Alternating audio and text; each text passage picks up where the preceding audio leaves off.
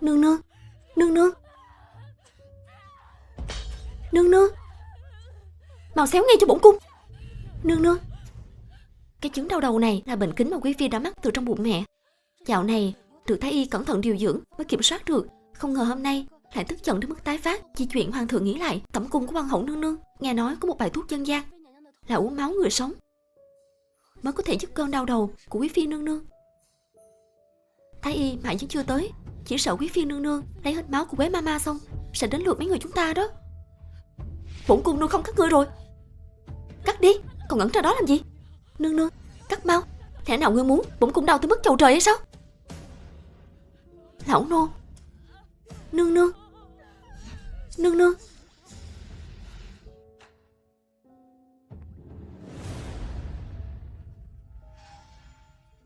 Mời nương nương dùng.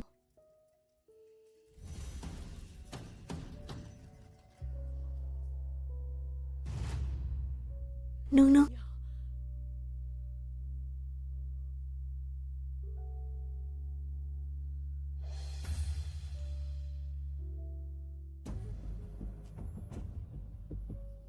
Con chó mới tới này kể ra cũng biết điều. Đúng là số trời sinh ra làm nô tỳ. Trong nhà ngươi có anh chị em gì không? Bổn cung ban thưởng cho họ, tiến cung hầu hạ bổn cung với ngươi. Bẩm quý phi nương nương, trước đây nô tỳ thật sự có một tỷ tỷ.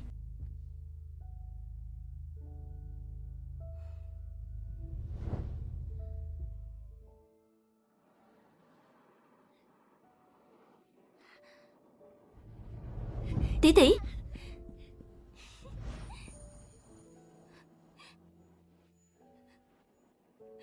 "15 năm rồi, cuối cùng tỷ cũng được xuất cung rồi." Đừng khóc Tri Ý. Tỷ tỷ trong cung tuy là sống cực khổ, nhưng ta đã nuôi mùi của mình trở thành một tài nữ chính hiệu. Tôn đại nhân làm tu soạn ở Hàn Lâm viện đã đồng ý hôn sự với muội. Đợi muội gả cho hắn sẽ không còn là kẻ thấp hèn nữa.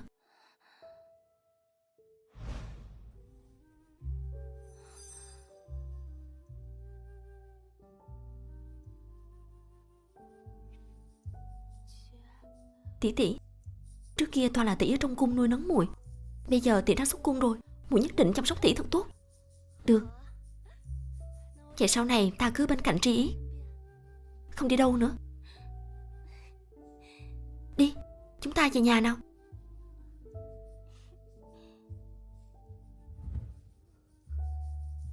Sao vậy? Muội xem trí nhớ của ta này, dội vàng lên đường lại để quên chiếc vòng định tình định tặng muội ở cung An Hỷ rồi. Muội đợi ta một lát nha. Tỷ tỷ à. Thôi bỏ đi, đừng lấy nữa. Bây giờ chúng ta đi thôi. Như vậy sao được? Đó là ta đặc biệt nhờ người phủ nội vụ làm riêng cho muội đó. Đợi ta nha. Tỷ tỷ. Tỷ tỷ.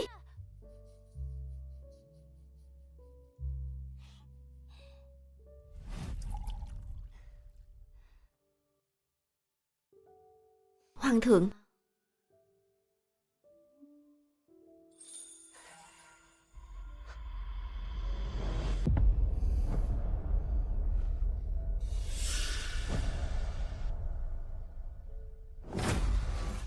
Quế Mama, hôm nay là ngày nô tỳ xuất cung. Cho dù nô tỳ đã làm sai chuyện gì, vẫn xin Quế Mama trọng lượng, tha cho nô tỳ. Trọng lượng sao? E là ngươi không ra khỏi hoàng cung này được rồi.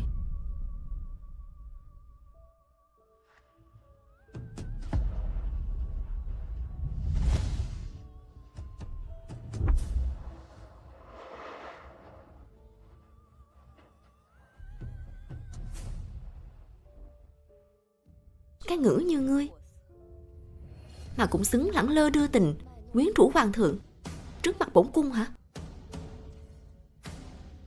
Có lẽ là do nô tỳ sơ ý bị hoàng thượng trông thấy, chứ không hề cố ý quyến rũ hoàng thượng. Sơ ý?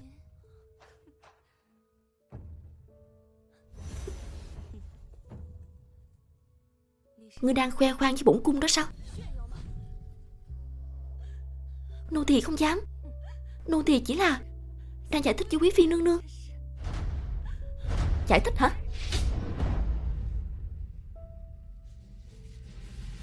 Ngươi là cái thá gì mà cũng xứng giải thích trước mặt quý phi nương nương? Rõ ràng nô tỳ không làm gì sai cả. Tại sao quý phi nương nương chẳng thèm cho nô tỳ cơ hội giải thích?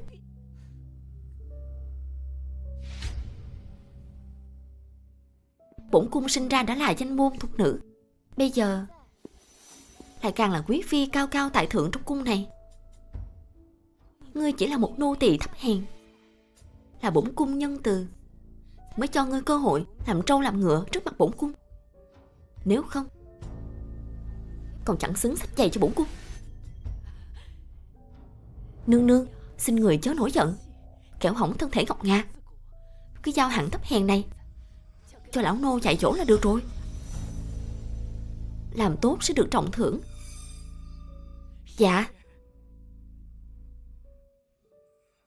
Quế mama. Không, không, Quế mama, Quế mama, muội muội của nô tỳ chẳng còn đang đợi ngoài cung. Nô tỳ đã hứa sau này sẽ mãi mãi bên con bé. Đừng mà, Quế mama, đừng mà. Chọc ai không chọc, lại đụng trúng nương nương.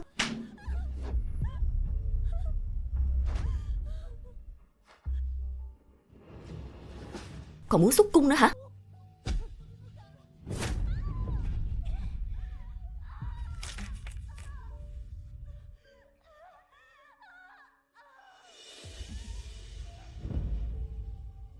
Hôm nay để xem xương cốt của ngươi cứng đến đâu. Không dám nữa, nô tỳ không dám nữa, nô tỳ không dám nữa.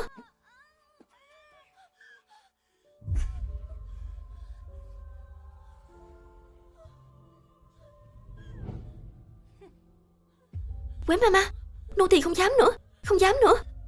Xuất cung hả? Ta cho ngươi xuất cung.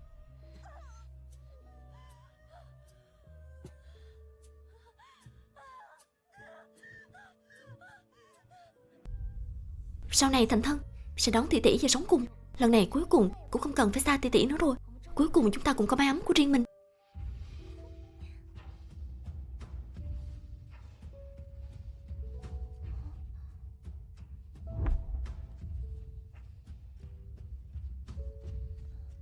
Dừng.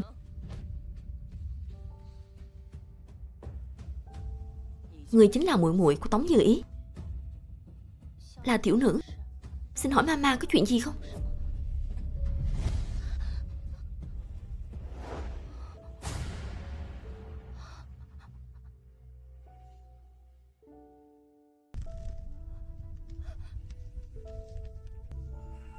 Tỷ tỷ, tỷ tỷ, tỷ tỷ, tỷ tỷ. Tại sao tỷ ấy lại ra nông nổi này? Các người đã làm gì tỷ ấy? Được rồi, xem cũng xem rồi. Kéo cô ta đi, tìm bãi đất trống thiêu đi. Khởi hành và thả tỷ ấy ra. To gan, hoàng cung trọng địa, dưới chân thiên tử. Đâu đến lượt người ở đây là lối ôm sờm. Dưới chân thiên tử, các người có quyền gì mà coi thường mạng người?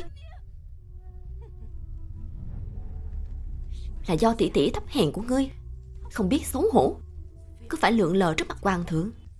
Quý phi nương nương chỉ phạt nhẹ để răn đe, muốn trách thì phải trách tỷ tỷ mặn mỏng. Không thể nào. Tỷ nhập cung 10 mấy năm, luôn an phận thủ thường. Tỷ tỷ ta không bao giờ làm chuyện như vậy. Quý phi nương nương nói cô ta quyến rũ thì chính là quyến rũ. Thuần quý phi dựa vào đâu? Chỉ vì cô ta là sủng phi của hoàng thượng, chỉ vì cô ta có xuất thân cao quý hơn người khác, cho nên có thể càn trở chà đạp lên tôn nghiêm của người khác, tùy tiện quyết định sinh tử của người khác à? Người to gan thật đó, dám buông lời xét sự cho quý phi nương nương. Đánh cho ta, đánh cho ta, đánh nhiều tử cho ta, đánh, đánh thật mạnh vào, đánh mạnh vào, đánh nó nhiều tử cho ta, dùng sức mà đánh.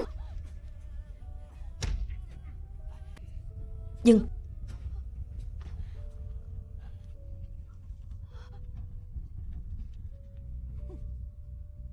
Không công bằng, không công bằng. Không công bằng sao? Trong hoàng cung này quý phi nương nương chính là Dương Pháp. Còn ngươi bao giờ có thể ngẩng cao đầu ở trước mặt quý phi? Lúc đó mới có tư cách nói chuyện công bằng. Mau thiêu cái xác này đi. Khởi hành. Quý phi nương nương có lệnh, tỳ nữ Tống Như Ý tội không thể tha. Tỷ tỷ, có phải làm ma cũng phải ở trong cung, đời đời kiếp kiếp không được xuất cung. Đời đời kiếp kiếp không được xuất cung.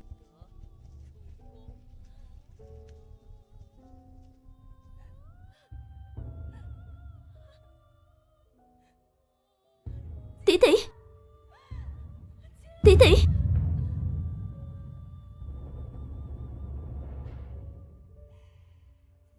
Tỷ tỷ, tỷ tỷ.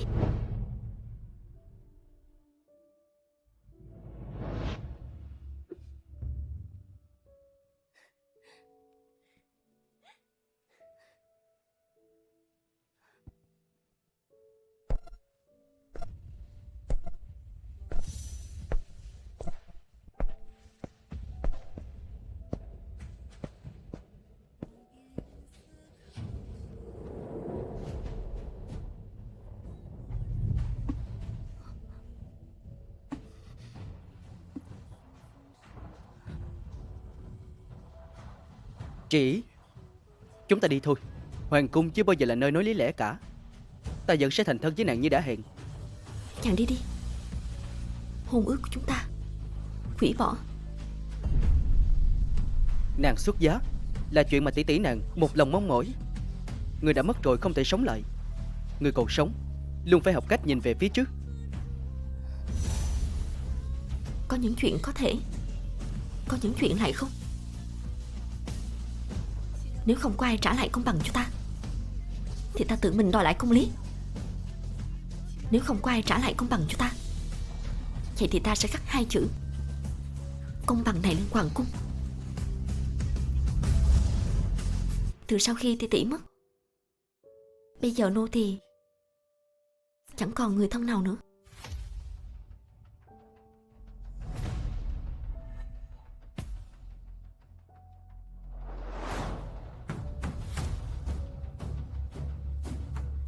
Sao bổn cung thấy ngươi trông quen mặt vậy?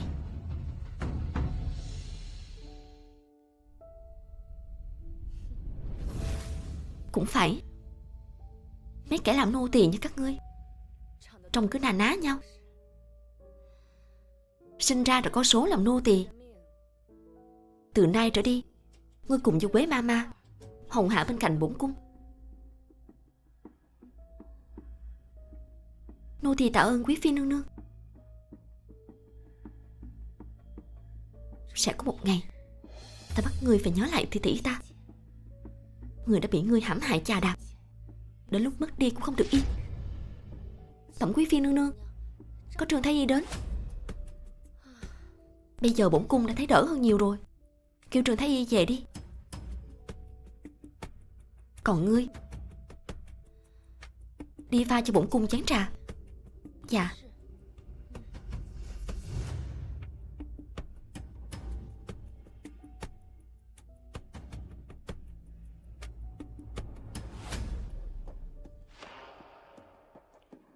Ngươi đi tiễn Trường Thái Y. Quý phi nương nương, bảo nô tỳ đi pha trà mà. Đừng tưởng được hầu hạ bên cạnh nương nương là ngang hàng với ta.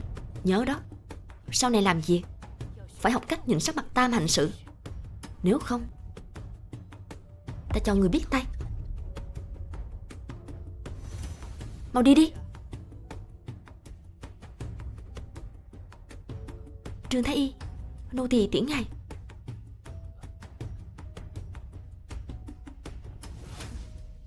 Nhớ kỹ phượng thể của nương nương không được qua loa. Nô tỳ cảm thấy quý phi nương nương chắc là sẽ không dễ dàng tái phát bệnh đau đầu mới phải. Nô tỳ nghe nói nữ tử mang thai là lúc cơ thể yếu nhất. Lẽ nào quý phi nương nương... Trường Thái Y, đây là tin vui đó. Đa tạ Trường Thái Y nhắc nhở. Nô tỳ lập tức quay về, bẩm báo tin này cho quý phi nương nương.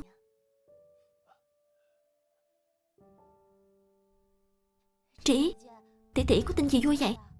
Trí tỷ tỷ, nhìn vẻ mặt mong chờ được thưởng của tỷ kìa. Lẽ nào quý phi nương nương có hỉ rồi à? Nói bé thôi, các người phải giữ kín miệng đó. Ta đi bẩm báo tin này cho quý phi nương nương.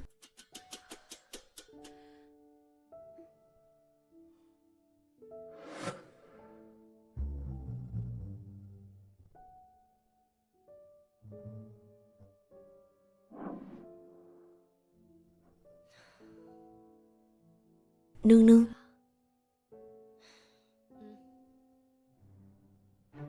mụ khốn hoàng hậu đó đã nhiều tuổi rồi, còn tranh giành hoàng thượng với bổn cung. Quý phi nương nương, nương nương, lão nô là có cách này, có thể giành lại hoàng thượng từ bên cạnh hoàng hậu về. Chúc mừng nương nương, chúc mừng nương nương. Vừa nãy nghe chính miệng Trương Thái Y nói, sở dĩ nương nương tái phát bệnh đau đầu là vì đang mang long thai, cho nên cơ thể mới suy nhược. Lời này là thật sao? Là thật. Để nương nương báo tin này trước mặt hoàng thượng. Ngay cả hoàng hậu cũng phải theo nương nương cùng đến bái kiến phượng thể của nương nương. Hèn gì hôm nay bổn cung có cảm thấy trong người mệt mỏi. Quý phi nương nương, vừa nãy là nô tỳ tiễn Trương Thái Y.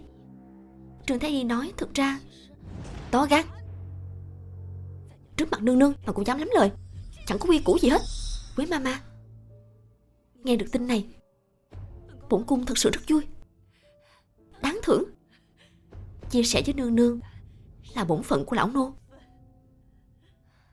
Chỉ là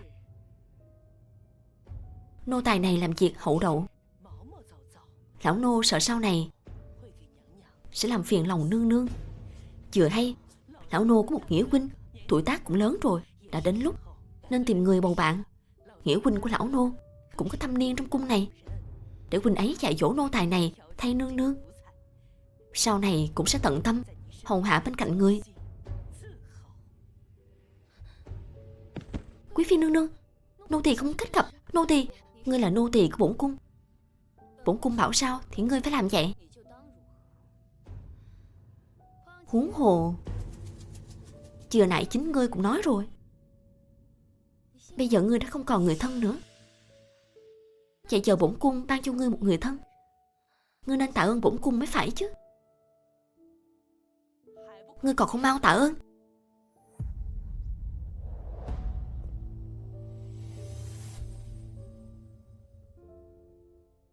Tạ ơn quý phi nương nương ban thưởng.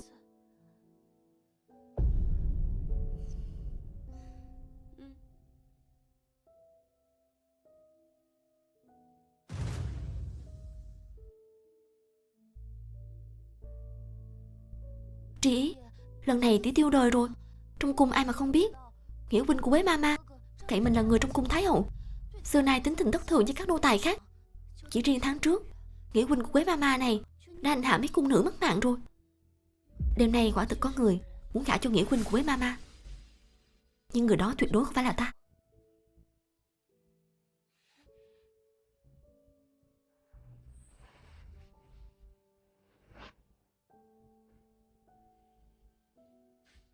Mà là chính Quế Mama. Có đẹp không? Đẹp lắm. Hoàng thượng giá lâm, hoàng hậu nương nương giá lâm.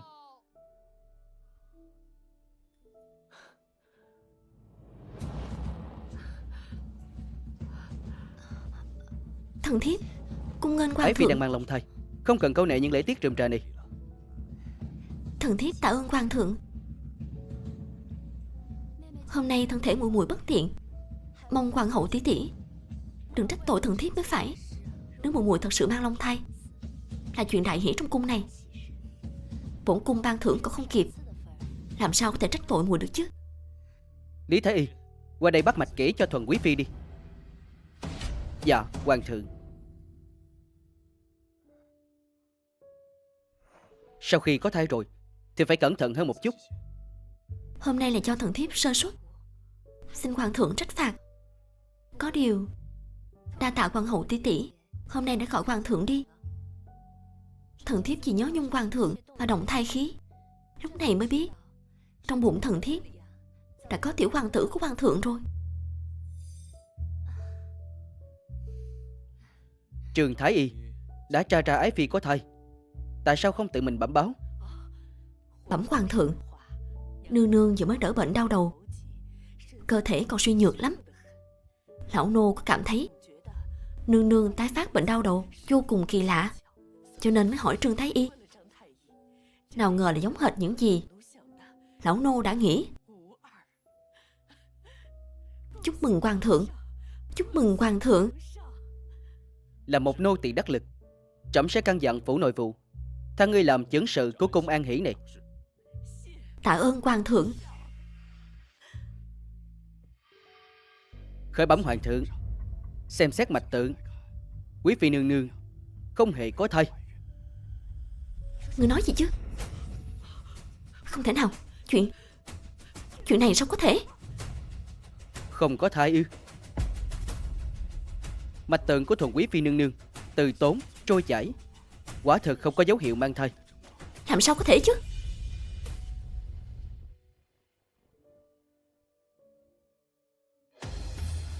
Không có thai.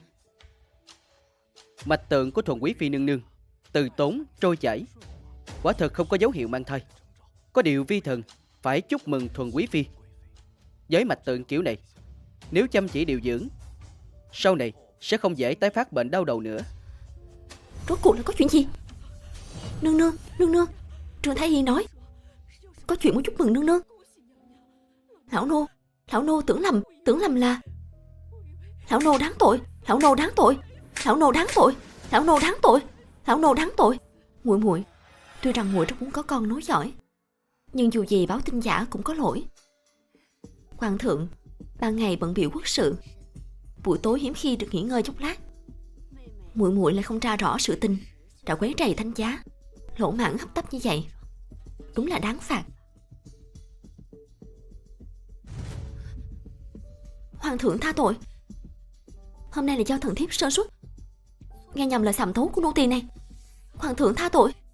Nếu thuần quý phi tái phát bệnh đau đầu, thời gian này không có thánh chỉ của trẫm, thì cứ ở yên trong cung An Hỷ tĩnh dưỡng đi. Thần thiếp cẩn tuân thánh ý của hoàng thượng.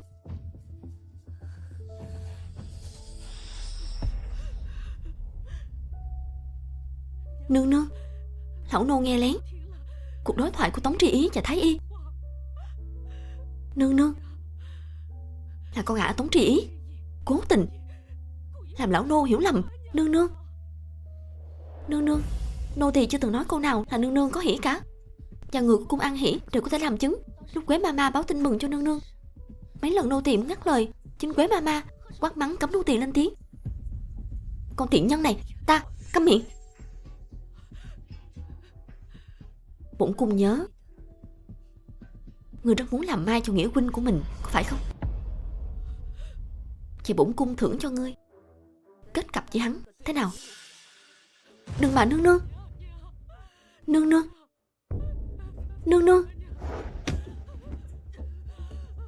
Lão nô đáng tội.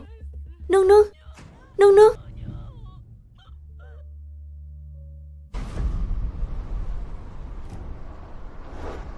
Cứu ta với.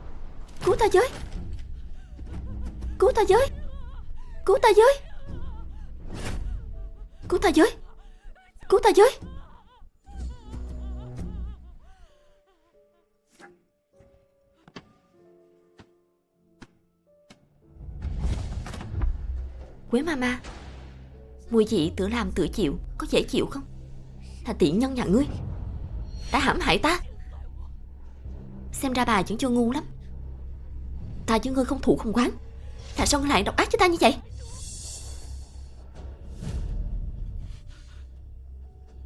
Nào Quế Mama đã quên bà từng đeo chiếc vòng tay này ra ngoài làm việc ác rồi sao?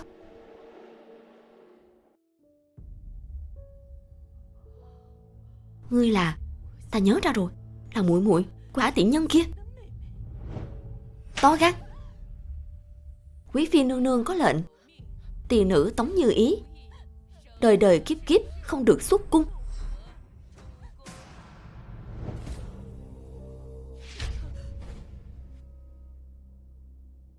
Tới tận bây giờ ta vẫn còn nhớ bộ mặt cậy quyền cậy thế vào đêm hôm đó của Quế Mama.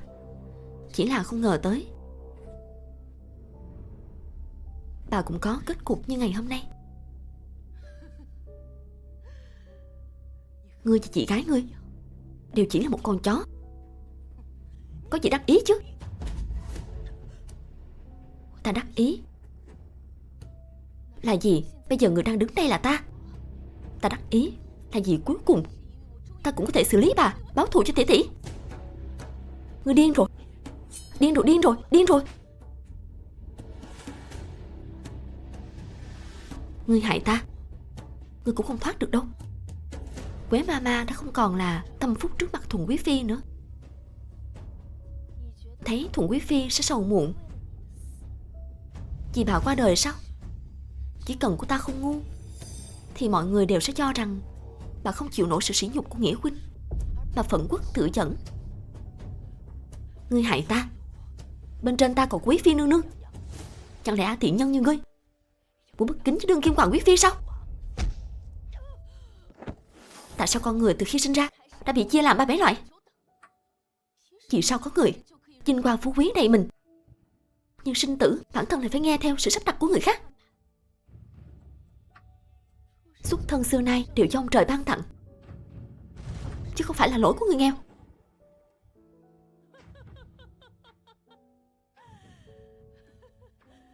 Sâu bọ thì mãi là sâu bọ, còn chủ tử là chủ tử.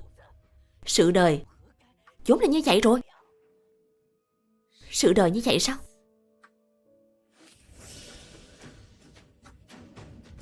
Xuất thân thấp hèn. Vậy thì ta sẽ đi từng bước một. Cho dù có phải bò, ta cũng phải bò đến nơi cao nhất.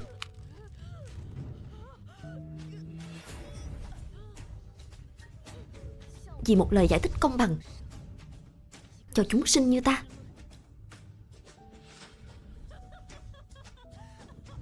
Cứ thẳng đường mà đi.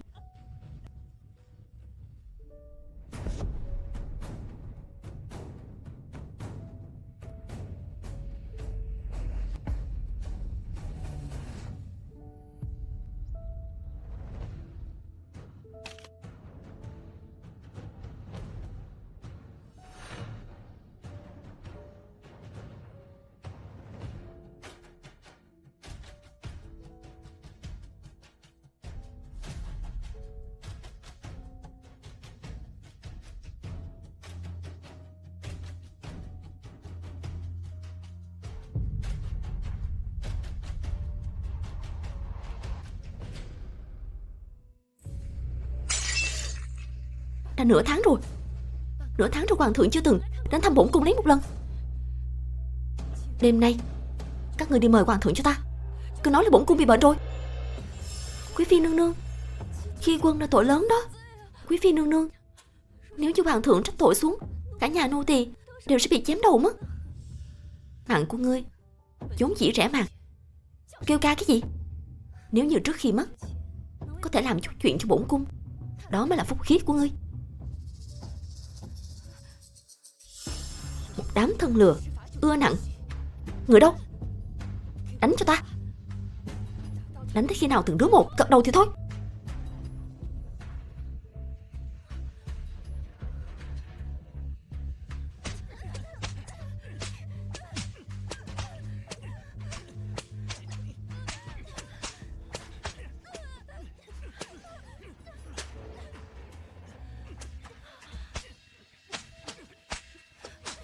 Quý phi nương nương, nô tỳ bằng lòng đi mời hoàng thượng tới. Chiều quý phi nương nương. Thấy chưa? Đây mới là dáng vẻ mà một con chó ngoan nên có.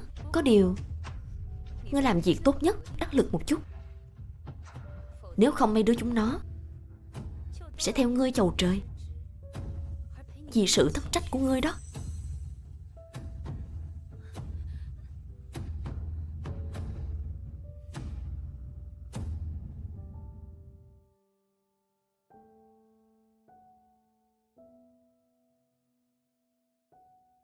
Đừng đi theo trẫm nữa. Trẫm muốn đi dạo một mình. Bệ hạ.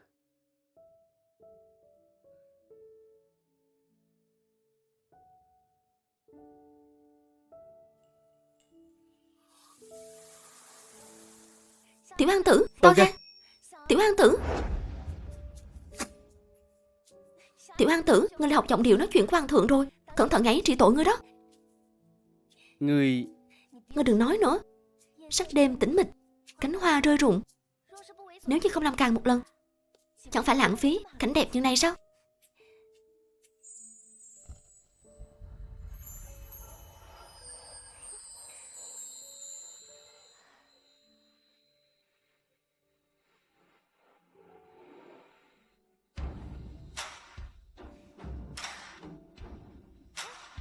Ngươi xem.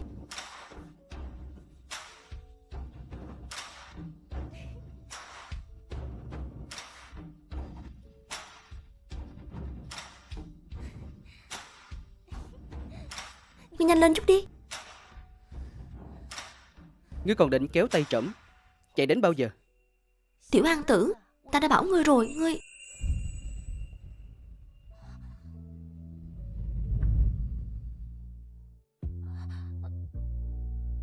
Hoàng thượng.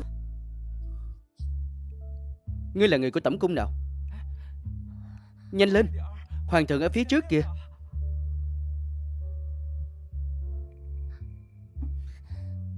Hoàng thượng, hoàng thượng.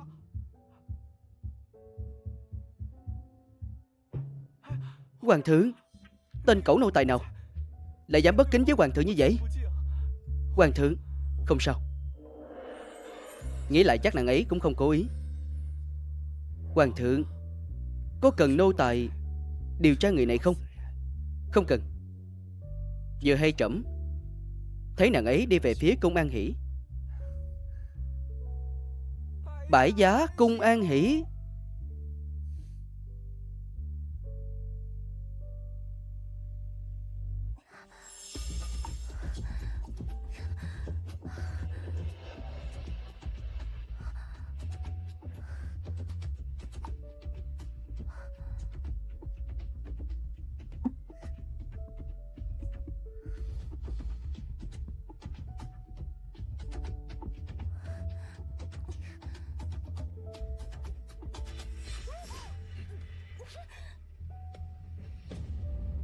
Tiểu hạ tử. Cô điên rồi, dám lấy thân mạo hiểm quyến rũ hoàng thượng. Hoàng thượng đã nửa tháng chưa đặt chân tới cung An Hỷ. Điều này đủ thấy trong lòng của hoàng thượng vẫn còn oán trách Thuần quý phi. Nếu ta lấy danh nghĩa của Thuần quý phi đi mời hoàng thượng, thì hoàng thượng chẳng những không tới, mà ta còn rước họa vào thân. Nên chỉ có thể lấy mình ra làm mồi nhử mới là kế sách vẹn toàn. Nhưng cô có từng nghĩ, nếu hoàng thượng đến là vì cô, vậy cô sẽ đối đầu với Thuần quý phi. Thuần quý phi hay ghen ghét đố kỵ, nhất định sẽ xử lý cô đó. Năm xưa tỷ tỷ cô có ân với ta, ta không thể trơ mắt nhìn cô xảy ra chuyện. Cô trốn đi trước đã, ta sẽ nghĩ cách giúp cô trốn khỏi cung.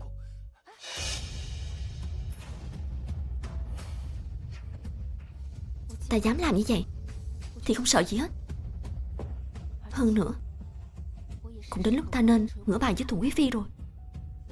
Lần này ta muốn đứng trên vai của Thuần quý phi, đứng thẳng người trước mặt cô ta.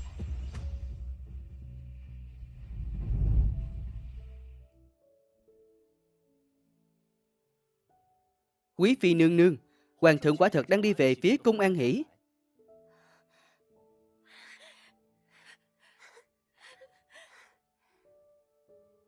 Dẫn xuống hết đi, xử lý đi. Quý phi nương nương, người đã nói chỉ cần tri ý mời được hoàng thượng đến sẽ tha cho bọn nô tỳ mà. Bổn cung có nói sao? Đúng rồi ha, bổn cung có nói thật. Nhưng bây giờ bổn cung lại nói không muốn tha cho các ngươi nữa. Quý phi nương nương, người đừng phí sức nữa.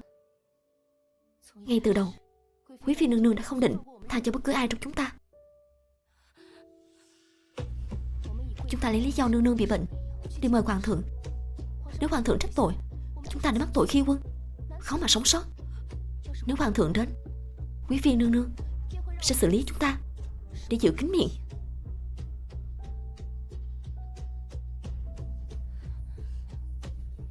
Người nói phải đó. Chỉ có miệng của thi thể mới kính nhất. Hoàng thượng giá lâm. Đưa xuống, xử lý sạch sẽ vào.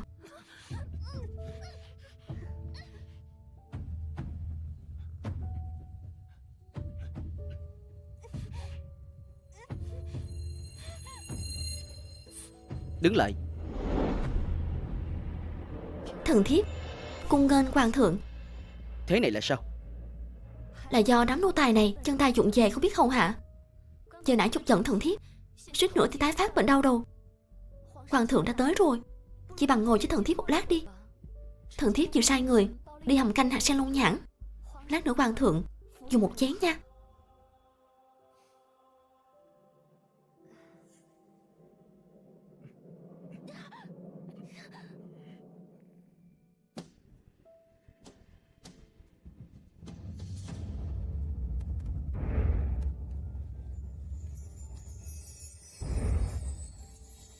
Khoan đã.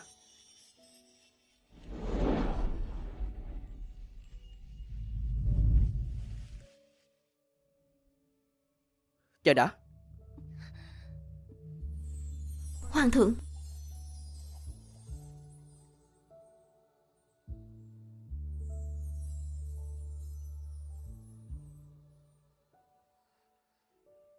Nàng ấy đã mắc lỗi gì? Hồi nãy thần thiếp đau đầu khó nhịn, nên cho cô ta đi mời hoàng thượng. Chờ mãi chẳng thấy cô ta quay lại, nên đã sai người đi tìm. Sau đó mới biết được cô ta gặp hoàng thượng xong thì không quay về bẩm báo cho thần thiếp, mà lại lén lút hẹn hò với một nam nhân lạ trong cung.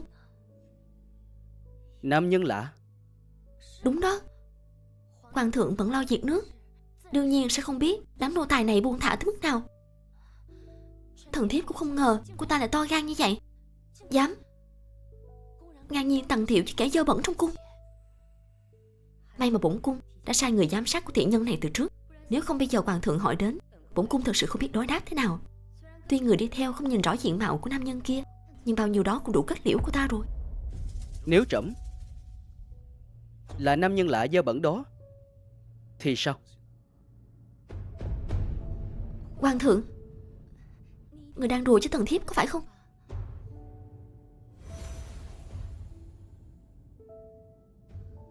Hồi nãy nàng ấy đang vui đùa cùng với trẫm. Thuần quý phi có ý kiến gì không?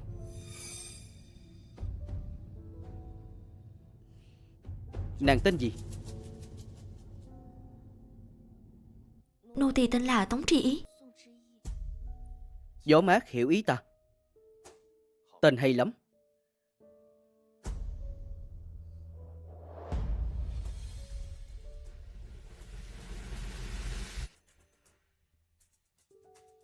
Hoàng thượng. Theo khẩu dụ của thánh thượng, phong Tống Tri Ý làm tần, phong hiệu là Uyển.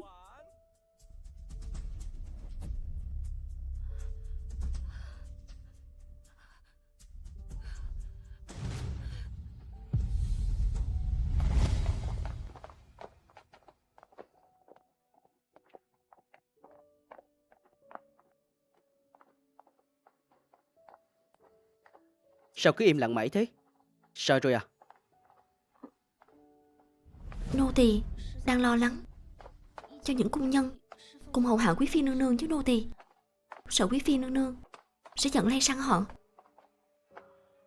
Không ngờ nàng không chỉ lanh lợi mà lòng dạ còn lương thiện thế. Nàng yên tâm đi, trẫm sẽ truyền lệnh để họ đều đến bên hầu hạ nàng.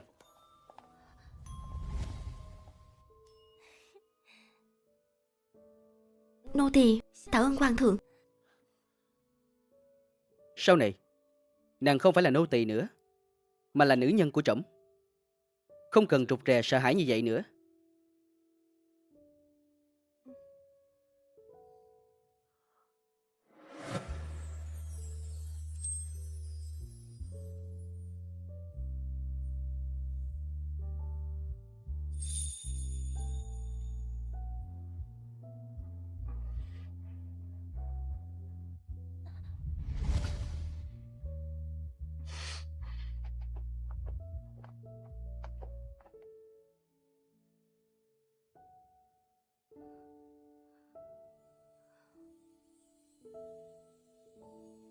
Hoàng thượng đâu? Bổn cung đã ngất rồi. Mà hoàng thượng chứ không đến thăm bổn cung à? Quý phi nương nương, hoàng thượng đã ban cung vị ương cho Huyễn Thần rồi. Vừa có tin truyền đến, nói tối nay hoàng thượng thị tẩm theo cung vị ương. Hơn nữa gì? Hoàng thượng hạ chỉ đưa hết cung nhân giống bị quý phi nương nương ra lệnh xử, đi hầu hạ Huyễn Thần rồi. Quý phi nương nương bất giận. Tống Trì Ý, ngươi tưởng ngươi bò lên được long sàng thì có thể đắc ý à? Trong cung này còn nhiều người chú ý hoàng thượng lắm. Đứng đầu là hoàng hậu. Nếu hoàng hậu biết ngươi là nô tài bò được lên long sàng, chắc chắn sẽ không tha cho ngươi. Đi đi. Tối nay hãy kể chi tiết chuyện Tống Trì Ý đã quyến rũ hoàng thượng thế nào với cung Khôn Ninh. Bổn cung muốn mời hoàng hậu nghe kỹ chuyện này.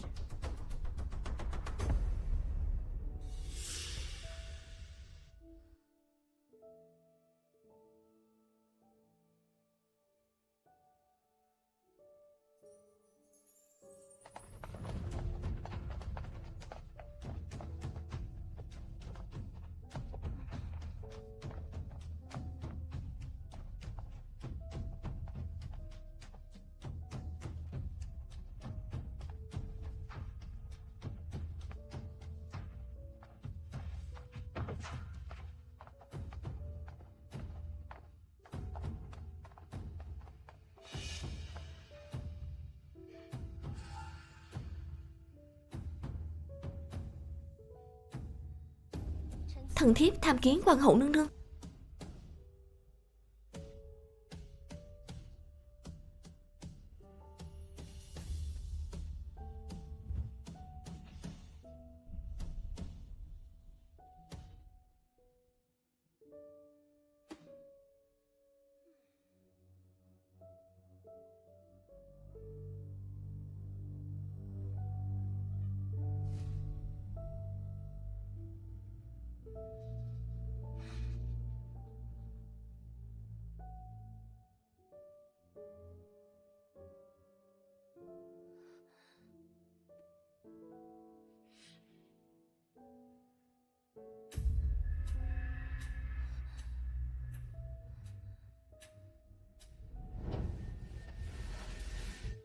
Chủ nhân, chủ nhân, chủ nhân. Ngạc nhiên làm gì? Bổn cung nghe nói cô ta vốn là nô tài. Loại hạ đẳng đều có da dày thịt béo. Lát nữa cô ta sẽ tự tỉnh lại thôi. Hoàng hậu nói ai da dày thịt béo? Hoàng thượng, hoàng thượng.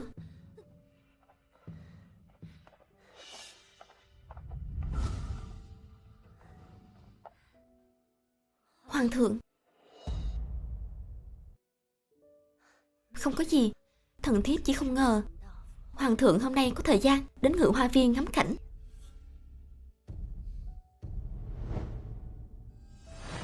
Trì Ý, Trì Ý. Hoàng thượng, xin ngài mau cứu chủ nhân của ta đi. Hoàng hậu nương nương đã bắt chủ nhân của ta quỳ ở đây 1 canh giờ rồi. Mau gọi thái y. Dạ. Hoàng thượng, ngài đừng bận tâm. Thần thiếp không sao. Hoàng hậu làm chủ hậu cung như thế à? Hoàng thượng, thần thiếp chỉ cảm thấy loại nô tài xuất thân thấp kém như Huyễn Thần không hề xứng đáng hầu hạ bên cạnh hoàng thượng. Hỗn láo. Chuyện gì thế này? Thần thiếp thỉnh an hoàng thượng. Muội muội, sao lại yếu ớt vậy? Thần thiếp không dám làm phiền Thuần quý phi lo lắng. Ngươi là người đi ra từ chỗ bổn cung, sao bổn cung không lo được chứ? Đúng, trước đây ta từng giận muội muội, nhưng bây giờ chúng ta cùng chung mái nhà, làm gì có chuyện lưỡi không chạm răng. Hoàng hậu, nếu ngươi giận thần thiếp cứ nhắm vào thần thiếp là được. Không cần xử oan người vô tội chỉ thần thiếp.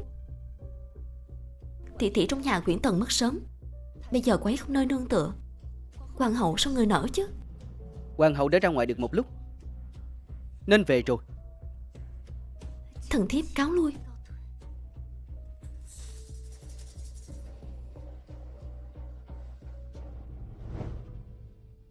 Hoàng thượng thiên vị nô tài quèn vì Tống Trị Ý quá. Loại thấp hèn thôi mà. Bổn cung có đầy cách để đối phó với cô ta. Bà đi giúp bổn cung là một chuyện.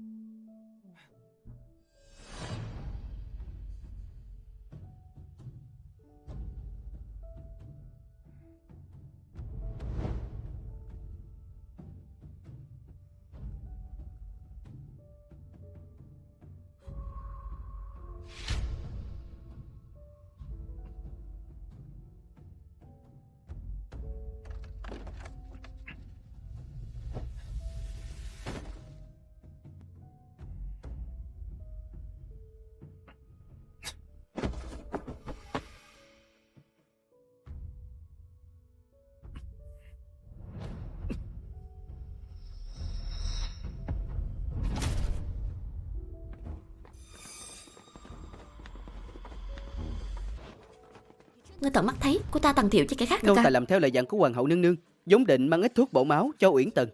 Không ngờ trong tẩm cung của Uyển Tần lại có những âm thanh đáng ghê tởm.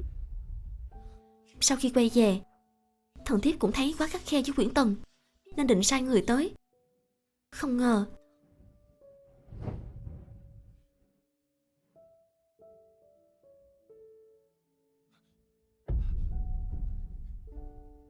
tránh ra. Chủ nhân ta vẫn đang ngủ say. Nô tài to gan, người dám chặn đường hoàng thượng và hoàng hậu nương nương à?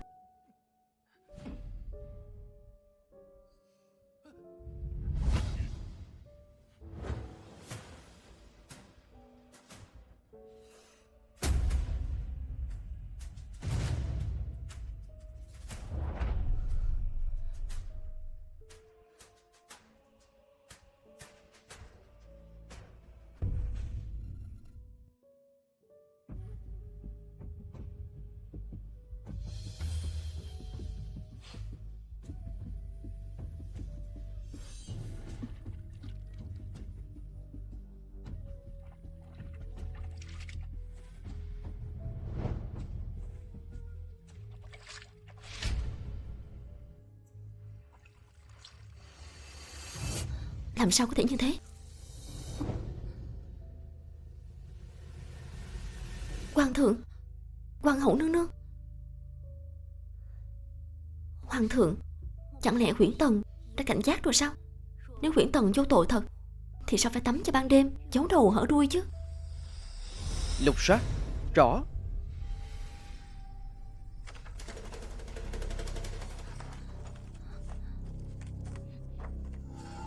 Hoàng thượng, đây là... Uyển Tần, ngươi đã làm gì thì ngươi tự rõ. Nếu ngươi biết điều thì mau giao Giang Phu ra đây. Bằng không, đợi đến lúc bị lục soát ra thì tội càng thêm nặng. Hoàng hậu nương nương, sao lại vu khống thần thiếp như vậy? Thần thiếp không hề thông gian. Không ngờ Tống Tri Ý cũng có chút bản lĩnh, không để người bổn cung cử tới thành công. Nhưng trong thời gian ngắn như thế, dù cô ta thật sự khiến người đó ngất thì cũng không được đưa ra ngoài. Sẽ rất nhanh thôi, bắt được cả người lẫn tang vật. Bẩm hoàng thượng, trong phòng này không có bất kỳ ai khả nghi. Hoàng thượng, vẫn chưa lục soát thùng tắm của Uyển Tần. Không được. Uyển Tần, nếu ngươi vô tội thật thì nên thoải mái cho người ta lục soát. Bây giờ ngươi lại giấu giấu giếm giếm như thế, không chột dạ thì là gì? Hoàng thượng, nếu thần thiếp tằng tiệu với người khác từ trước thật, e rằng thân xác đã tàn tạ lâu rồi. Nhưng hôm đó khi thần thiếp hầu hạ hoàng thượng đã kiểm tra, thân xác trong trắng của thần thiếp. Ai biết người có gian phu từ bao giờ? Lục soát đi. Hoàng thượng, không được. Hoàng thượng, sự việc đã quá rõ ràng rồi. Hoàng thượng, thần thiếp tự biết. Mọi thứ của thần thiếp đều thuộc về hoàng thượng, nên thần thiếp xin hoàng thượng, cho dù muốn lục soát thì cũng là do hoàng thượng đích thân lục soát. Hoàng thượng coi chừng có âm mưu.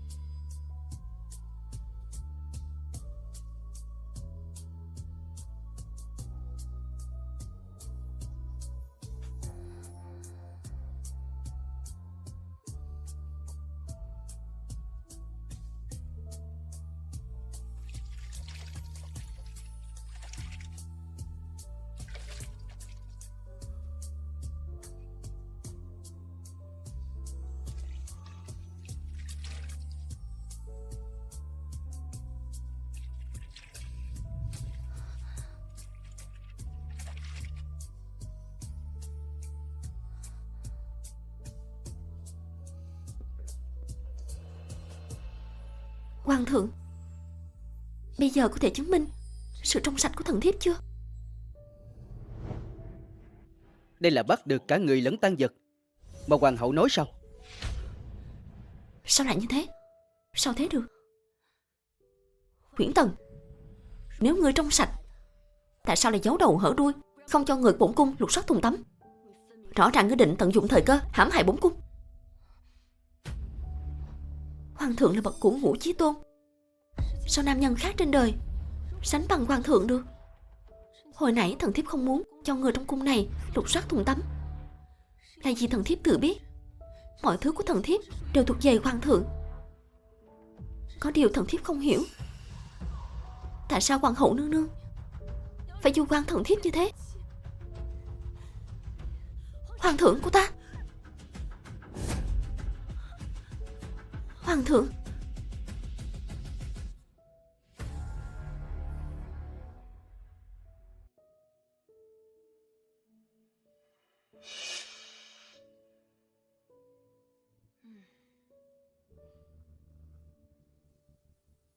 Thần thiếp đa tạ quý phi nương nương đã giúp đỡ tối qua. Nếu quý phi nương nương không cử người xử lý kẻ xấu đó, mật báo cho thần thiếp chỉ sợ kẻ xấu gì chỉ là mánh khóe hoàng hậu hay dùng thôi. Kể ra ngươi cũng có bản lĩnh đó, có thể dùng nhan sắc quyến rũ hoàng thượng, còn khiến hoàng thượng ra tay đánh tiện nhân già với hoàng hậu. Hoàng hậu nương nương có xuất thân cao quý, là chủ hậu cung, đương nhiên hoàng thượng sẽ giữ thể diện cho hoàng hậu nương nương. Chỉ khi khiến hoàng thượng ngày càng say mê thần thiếp, thì hoàng thượng mới càng xót thần thiếp, càng giận lây sang hoàng hậu. Bảo sao ngươi có thể bò lên long sàng khi còn là nô tài, đúng là có năng lực. Nếu như thế thì ta xem như cũng không uổng công thương ngươi. Ý quý phi nương nương là gì?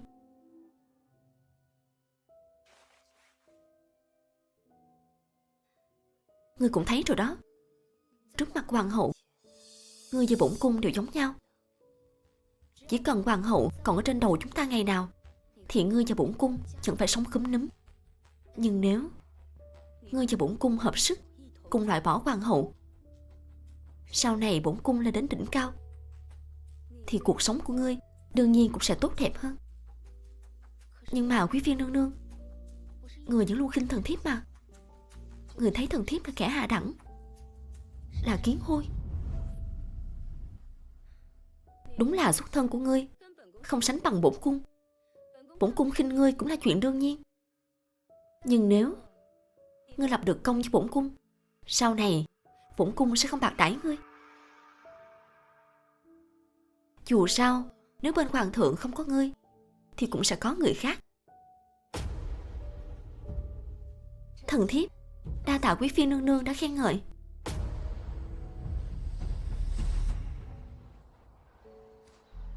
Ngươi định hợp tác với Thuần quý phi thật à? Đương nhiên rồi. Muốn đứng vững trong cung, đương nhiên phải dựa vào cái cổ thụ. Nhưng cô ta... Hiếm khi Thuần quý phi tin ta.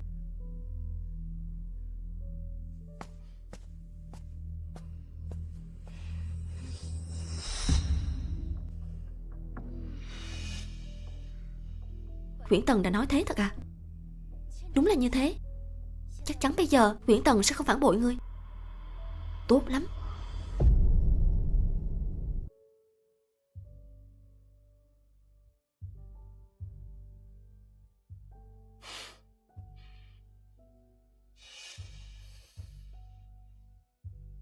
Hoàng thượng, người đang có tâm sự gì à?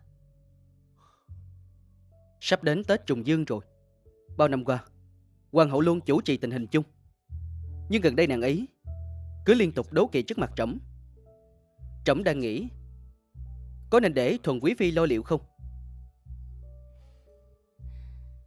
Thần thiếp biết hoàng thượng vẫn còn giận hoàng hậu nương nương, nhưng trong lòng hoàng thượng, hoàng hậu nương nương vẫn ngồi vững ở vị trí chủ hậu cung.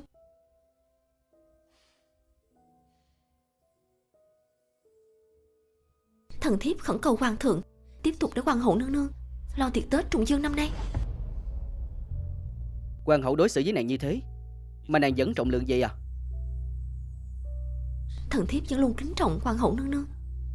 Thần thiếp mong được như hoàng hậu nương nương san sẻ nỗi lo cho hoàng thượng.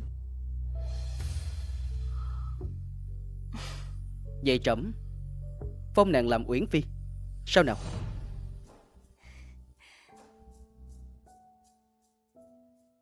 Thần thiếp tạ ơn hoàng thượng.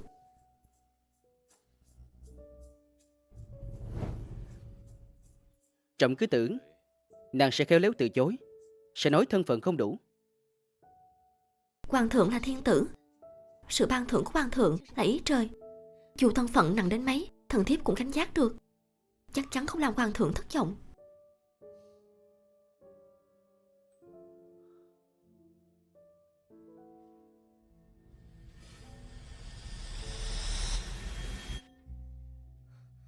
Nói thế thì hoàng thượng đồng ý để hoàng hậu tiếp tục lo liệu à? Đúng thế, làm tốt lắm. Chỉ khi khiến hoàng hậu bận rộn thì chúng ta mới có cơ hội. Chờ đến ngày có tiệc Tết Trùng Dương, theo địa vị trong cung, bổn cung và hoàng hậu đều phải tự nấu một bát cháo trùng dương cho hoàng thượng. Khi đó bổn cung sẽ tiến cử ngươi tự hầu hạ hoàng thượng, còn ngươi chỉ cần đặt 2 bát cháo lên trước mặt hoàng thượng, đồng thời bỏ độc vào bát cháo của hoàng hậu. Chuyện này coi như xong. Quý phi nương nương, hãm hại hoàng thượng là tội lớn tru di cửu tộc, tru di tam tộc đó. Hoảng cái gì chứ, trong ngươi thế này sao làm được việc lớn. Yên tâm đi, hôm đó ngươi chỉ cần làm nũng một chút, để hoàng thượng tìm người thử độc trước khi ăn cháo, đương nhiên hoàng thượng sẽ bình an. Chỉ khi khiến hoàng hậu bị khép tội hành thích vua thì hoàng hậu mới không còn đường lui. Tuy bát cháo này do hoàng hậu nương nương đích thân nấu, nhưng sau cùng cũng đã qua tay thần thiếp. Nếu khi đó hoàng hậu nương nương cắn ngược lại thần thiếp, nhân lúc hoàng hậu không đề phòng, bổn cung sẽ sai người giấu sẵn thuốc độc trong cung của ta. Bằng không, ngươi nghĩ tại sao bổn cung có phải để cô ta lo tiệc Tết Trùng Dương năm nay? Bận rộn thì chắc chắn sẽ xảy ra sai sót. Quý phi nương nương anh minh. Dù sao thì cũng là tiệc trong cung, ngươi không được ăn mặc quá giản dị. Y phục này được làm bằng gấm thục, ngươi cầm lấy đi.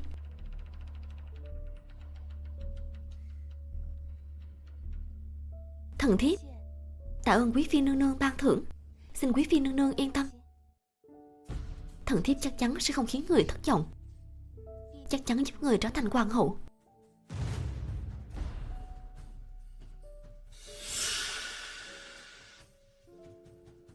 Nô tỳ nghe nói Giờ Uyển Tần đã là Uyển Phi rồi. Sao quý phi nương nương lại tốt với con chó từng cắn ngược mình như thế? Cấm thuật đó đáng giá ngàn vàng. Cô ta cũng xứng à? Cô ta tưởng đó là xiêm y bổn cung tặng cô ta. Thật ra đó là quà mừng bổn cung tiễn cô ta về trời. Ý nương nương là hôm đó tiệc Tết Trùng Dương không chỉ là ngày hoàng hậu mất mạng, mà Tống Tri Ý cũng như thế.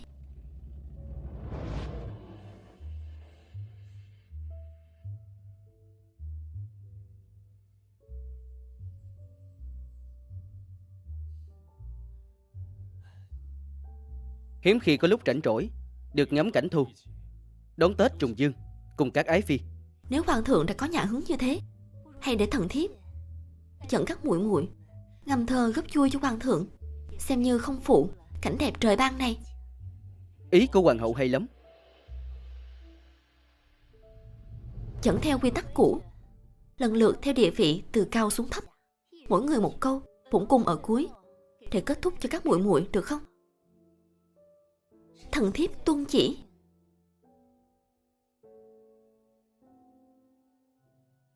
Nếu hoàng hậu nương nương đã đề nghị làm thơ đối chữ, thì thần thiếp không khách sáo nữa. Khí thu vốn trong lành, lá rụng, gió không có âm thanh.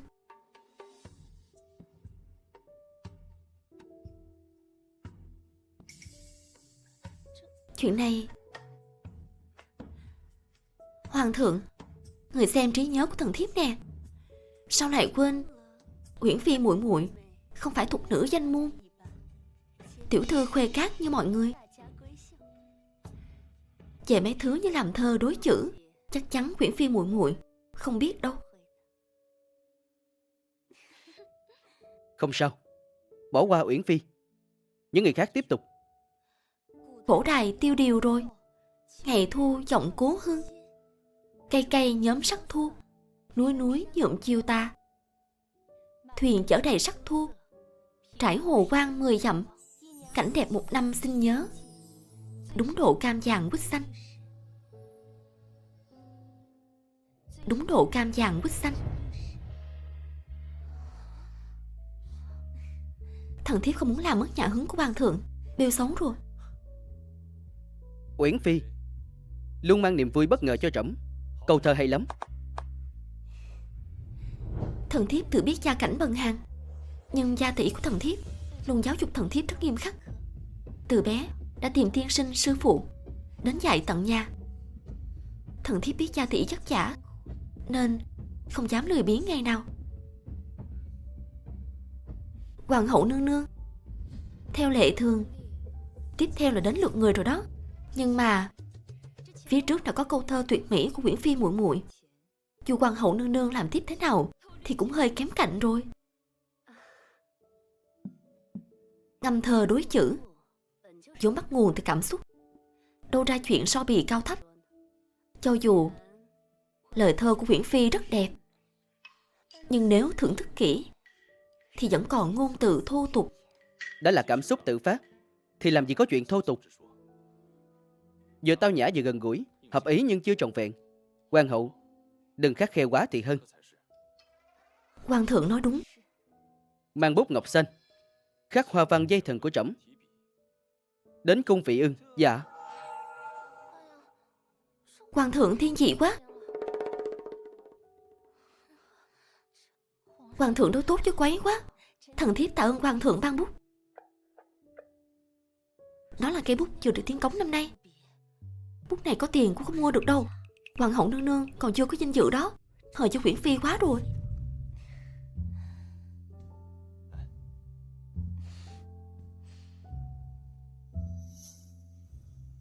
Tiệc đã được chuẩn bị xong xuôi. Mời hoàng thượng, hoàng hậu nương nương và các phi tần nương nương di giá điện hoàng cực.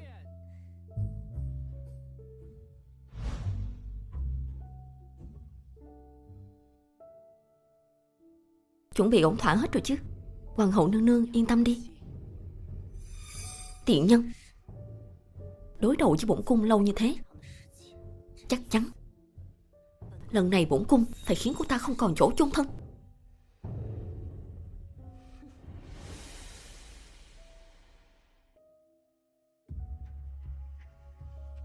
Tất cả ngồi đi.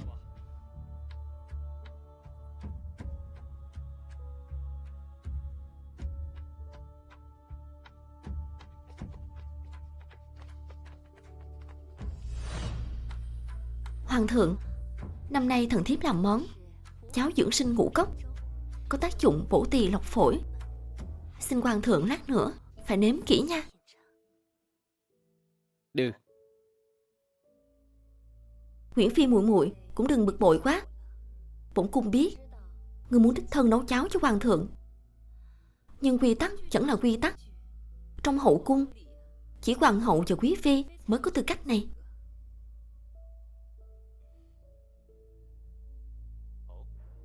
Sao? Uyển Phi cũng muốn nấu cháo cho trẫm à? Là tại thần thiếp tham lam thôi. Nếu Uyển phi muội muội đã có lòng như thế, chi bằng cứ để muội muội hầu hạ hoàng thượng ăn cháo được không? Hoàng thượng thấy thế nào? Chuẩn tấu.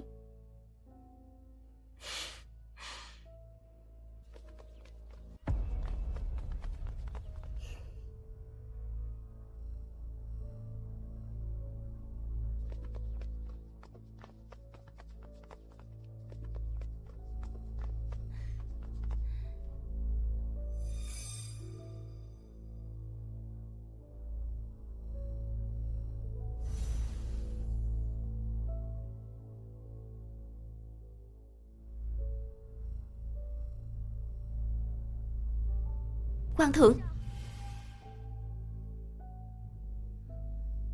đồ ăn vẫn nên cẩn thận thì hơn. Thuần quý phi vẫn cẩn thận nhỉ? Người đâu?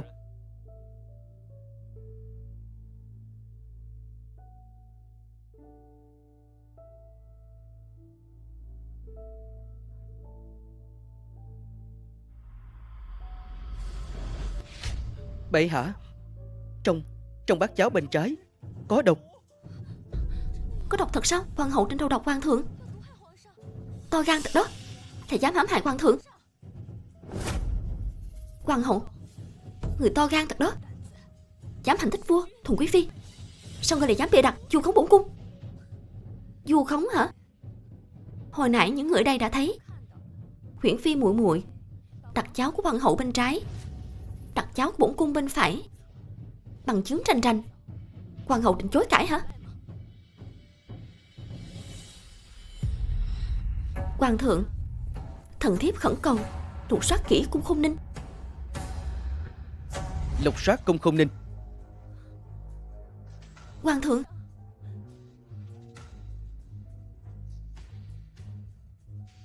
hoàng thượng, thần thiếp cũng không biết chuyện này. Cho dù thần thiếp to gan đến mấy thì cũng không thể nào dám mưu hại hoàng thượng. Ta thấy người không chỉ to gan, mà đúng là gan to bằng trời. Người không chỉ có ý đồ bất chính với hoàng thượng, mà còn hãm hại hoàng thượng cùng kẻ khác.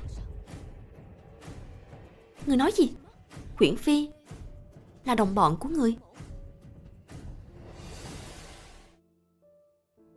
Uyển phi là đồng bọn của người. Đã nói lâu rồi, không tin Thuần quý phi được đâu. Quý phi nương nương, nói chuyện phải có bằng chứng. Hơn nữa, ta cho hoàng hậu nương nương có lý do gì để hạ độc hoàng thượng?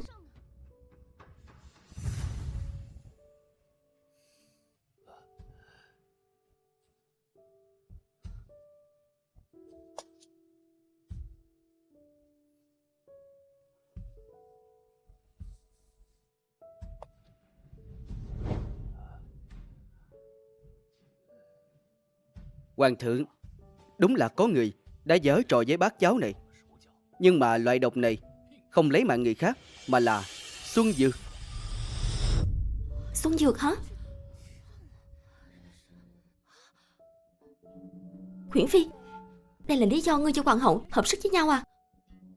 Hoàng thượng, Uyển phi muốn quấn lấy ngài, mau chóng mang long thai, nên mới nghĩ ra cách bào môn tả đạo như vậy. Còn hoàng hậu muốn lôi kéo Uyển phi, nên mới bày mưu tính kế cùng với cô ta. Hoàng thượng, họ làm thế đúng là hoàn toàn mặc kệ long thể của hoàng thượng. Nói, khi mới gặp trẫm, nàng cũng đã dùng thứ thấp hèn này sao? Hoàng thượng minh xét, Thần thiếp dùng nhân cách của mình để đảm bảo. Thần thiếp không dùng. Trước đây ngươi chỉ là con chó bên cạnh ta, là loại nô tài hạ đẳng thôi. Nhân cách của ngươi đáng mấy đồng. Quý phi nương nương đúng là xuất thân danh môn, nhưng người có dám cam đoan người quang minh lỗi lạc không? Ngươi loại thấp hèn mà dám nghi ngờ bổn cung. Được, nếu người đã nói ngươi trong sạch, người có dám kiểm tra chính mình không?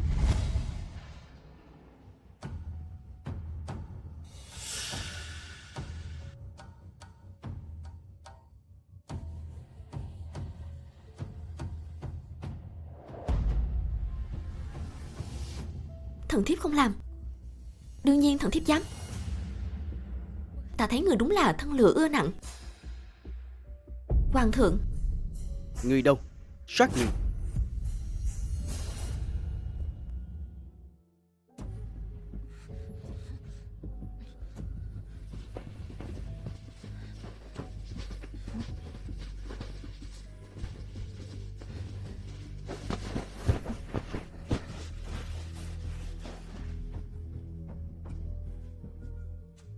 Bẩm hoàng thượng, trên người Quyển Phi không hề dấu thuốc độc.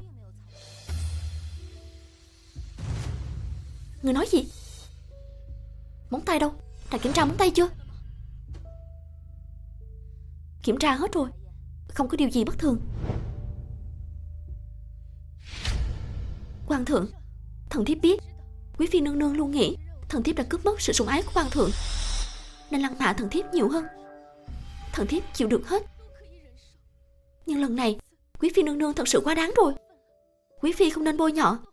Có hoàng hậu nương nương gì kích động. Người nói bậy. Rõ ràng. Rõ ràng gì? Hoàng thượng, chắc chắn chuyện này có vấn đề. Nếu Quyển Phi cho hoàng hậu không bỏ độc vào cháo, thì độc trong cháo của hoàng hậu từ đâu mà ra?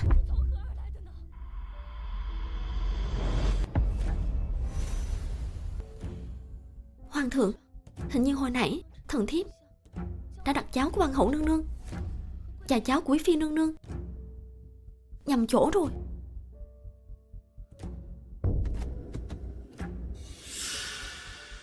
Dạ.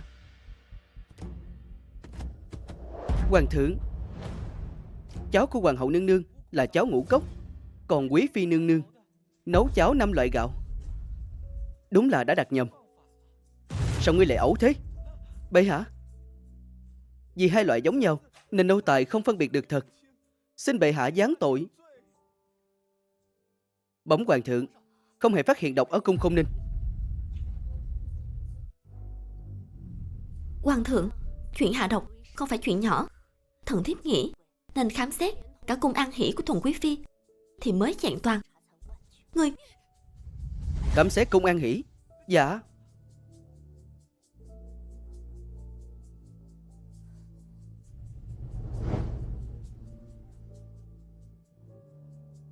dưới đất lạnh lắm. Hoàng hậu nương nương mau đứng lên đi.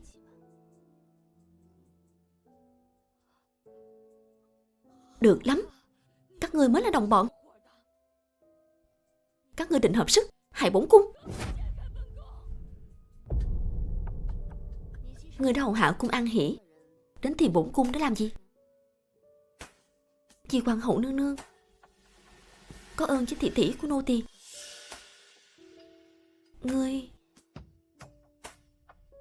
Ngươi là muội muội của Như Ý.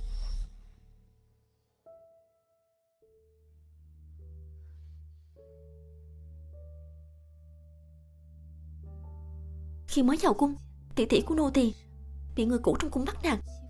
Nếu hoàng hậu nương nương không ra tay giúp, chắc tỷ tỷ đã.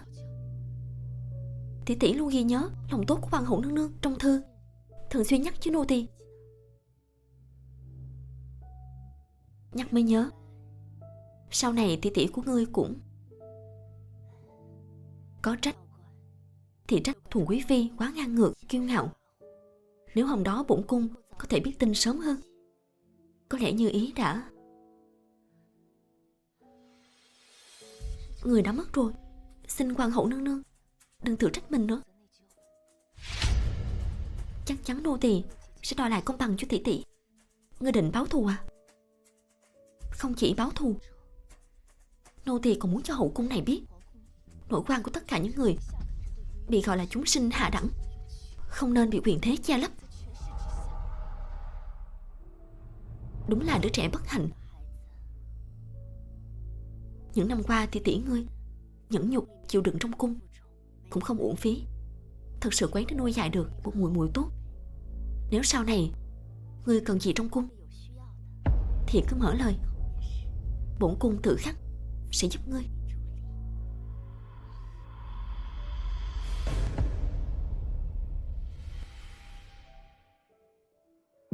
Thuần quý phi gửi tin ngươi được thăng cấp cho bổn cung rồi. Không ngờ ngươi lại lên làm quý nhân nhanh như thế.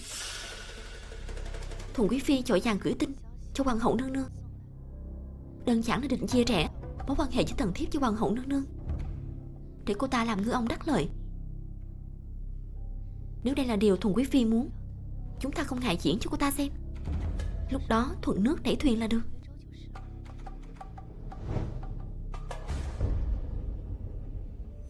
Người bịt mặt được cử đã đi lâu chưa? Hoàng hậu nương nương yên tâm. Đi đi, tìm người báo tin cho phía Thuần quý phi. Cứ nói bổn cung muốn bôi nhọ sự trong sạch của Uyển Tần. Nếu Thuần quý phi đã muốn lôi kéo Uyển Tần thì đương nhiên sẽ biết nên làm gì. Lão nô hiểu rồi.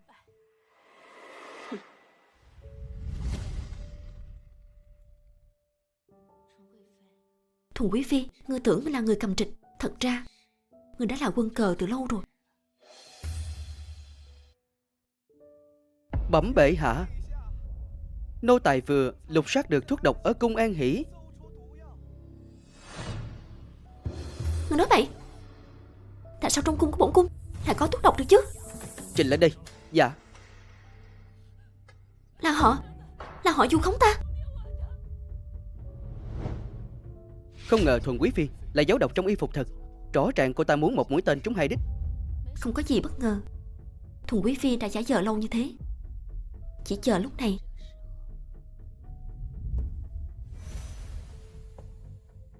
Tìm cơ hội trả thứ này. Về cung An Hỷ đi. Rõ rồi.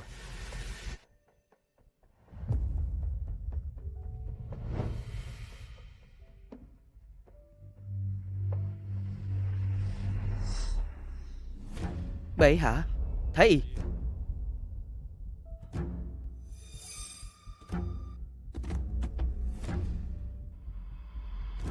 Đúng là loại độc này. Thần thiếp bị quan. Hoàng thượng. Bệ hạ. Thần thiếp không bao giờ dám đâu, hoàng thượng. Độc phụ, bằng chứng rành rành. Ngươi còn mặt mũi nào kêu oan với trẫm?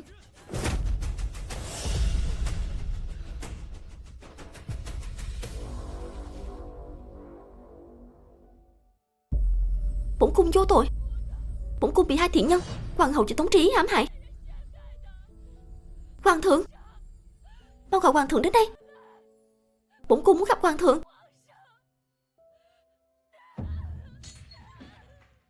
Bổn cung vô tội. Hoàng thượng.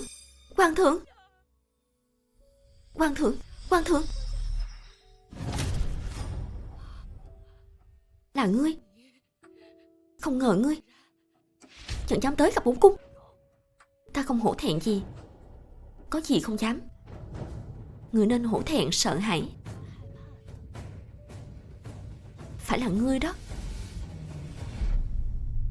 Chiếc vòng này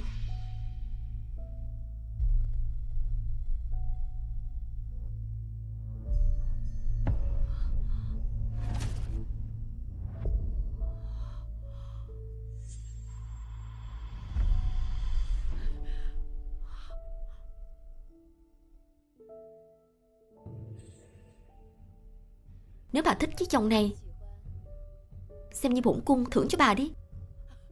Tạ ơn quý phi nương nương ban thưởng. Lát nữa bà phải nhớ nhắc nhở kỹ càng trước mặt muội muội của thiện nhân này, để cô ta biết tỷ tỷ của ta trơ trẽn tới mức nào. Càng phải cho cô ta biết bổn phận một loại hạ đẳng nên giữ. Nè, còn phải cho cô ta biết sự ghê gớm của ta. Dạ nương nương. Ôi trời ơi!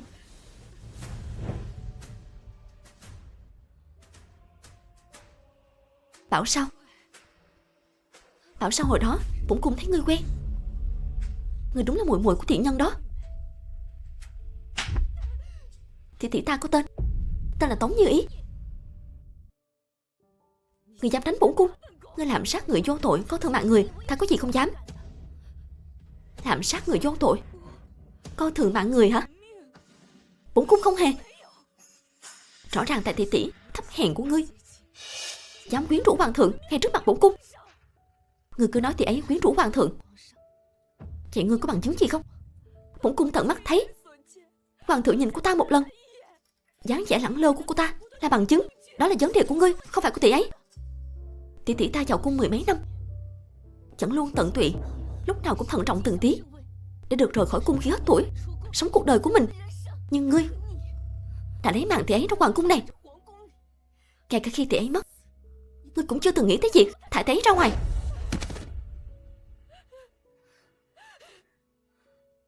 Là do cô ta tự chuốc lấy.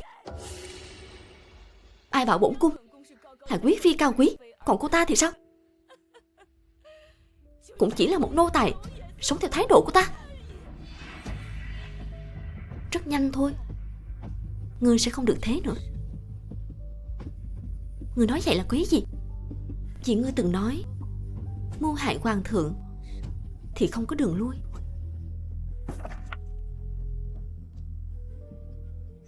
Thuần quý phi tiếp chỉ.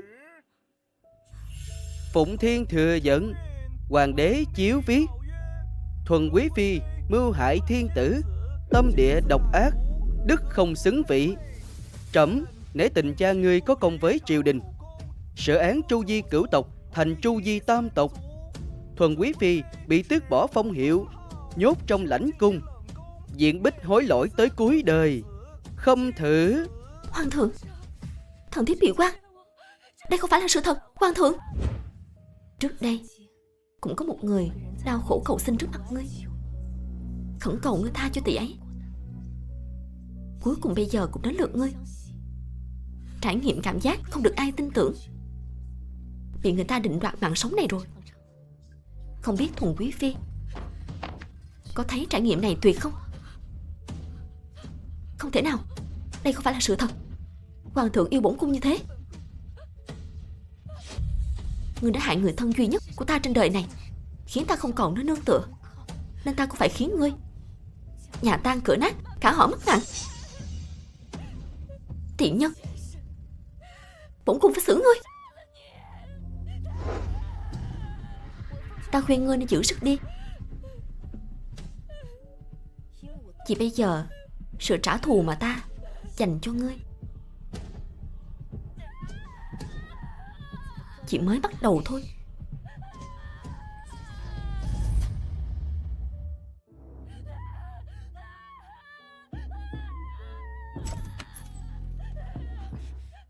Lũ nô tài các ngươi, đừng hòng chạm cho ta. Buông ra. Cắt hết tóc của cô ta, cho cô ta mù, phế bỏ từng ngón tay của cô ta. Buông ra.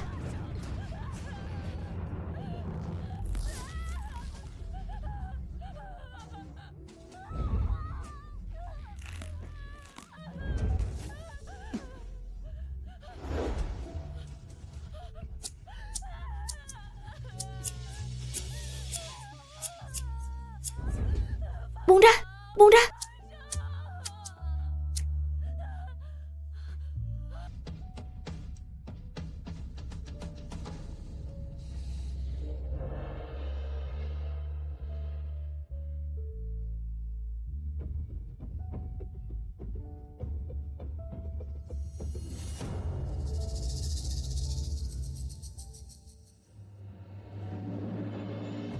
Hoàng hậu nương nương, ác giả ác báo, luật trời luôn xây dần. Dưới suối vàng thì tỷ ngươi cũng nên yên nghỉ được rồi. Lần này thần thiếp còn phải đa tạ hoàng hậu nương nương đã hết lòng giúp đỡ. Vài ngày tới, hoàng thượng sẽ đến biệt viện hoàng gia ở lại vài ngày. Khi đó ngươi hãy đi cùng bổn cung, bầu bạn bên cạnh hoàng thượng. Nếu ngươi có thể nhân cơ hội này mang thai, sau này địa vị trong cung cũng sẽ vững vàng. Thần thiếp đa tạ hoàng hậu nương nương. Thôi, ngươi cũng mệt rồi, đi nghỉ đi.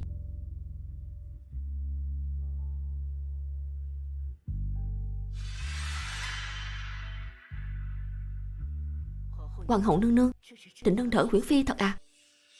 Vừa loại bỏ Thuần Quý Phi, sao bổn cung lại tìm thêm người để khiến bản thân phiền lòng nữa chứ? Ý hoàng hậu nương nương là nếu cô ta đã nhớ nhung tỷ tỷ của mình đến thế, chỉ bằng tìm cơ hội đưa cô ta đoàn tụ với tỷ tỷ của mình đi.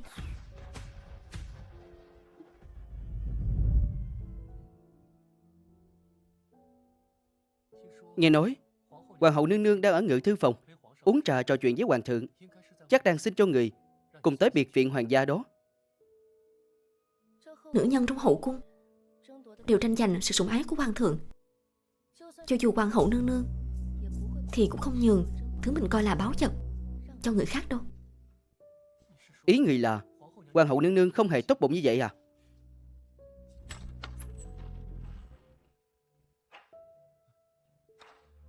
Ngươi là ai? Đến tìm Uyển Phi nương nương có chuyện gì? Ta tới cứu Uyển Phi nương nương. Tôn đại nhân, Tri ý hoàng hậu nương nương định hại muội. trước đây trong hậu cung này chỉ có hoàng hậu và Thuần Quý Phi ngang sức ngang tài. Bây giờ ta cho hoàng hậu hợp sức loại bỏ Thuần Quý Phi, đương nhiên hoàng hậu nương nương sẽ không chứa chấp ta.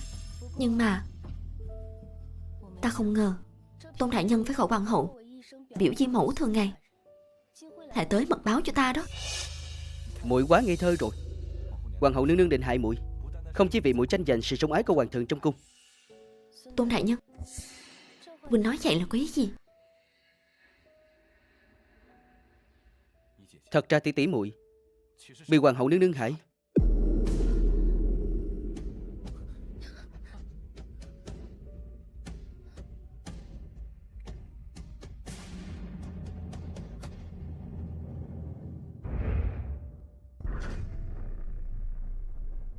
Trước đây hoàng hậu nương nương sai người trộm chồng của Tống Như Ý. Lão nô đoán cô ta sẽ không về lấy.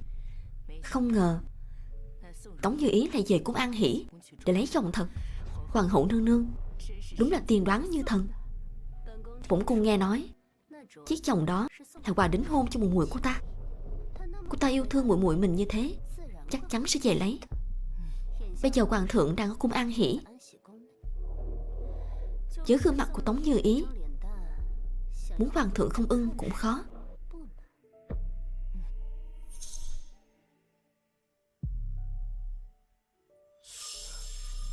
Hoàng hậu nương nương, bên cung An Hỷ vừa truyền tin Tống Như Ý mất mạng rồi.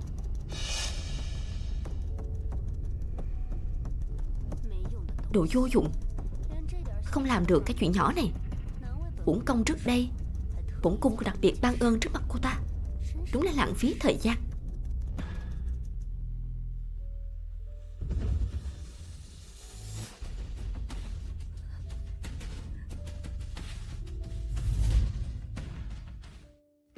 Tri ý, đi theo ta đi. Ta sẽ đưa muội cao chạy xa bay. Không được đâu, trong cung thì về canh gác nghiêm ngặt, muốn rời cung không hề dễ dàng. Ta đã mua chuột lính canh chợt đêm nay ở cửa Thuận Trinh, chắc chắn không có vấn đề gì. Tri ý, ta biết muội hận, nhưng hoàng hậu nương nương có quyền cao chức trọng, bản chất lại độc ác, muội không thắng được bà ta đâu. Nhưng ta đi rồi thì tỷ tỷ phải làm sao? Thù của tỷ ấy phải tính thế nào? Tri ý, tỷ tỷ muội thương muội như thế, tỷ ấy cũng không muốn muội trở thành nô lệ của hận thù đâu. Nếu tỷ ấy trên trời có linh thiêng, chắc chắn cũng mong muội sẽ sống thật tốt. Tri ý, hãy để ta đưa muội đi đi.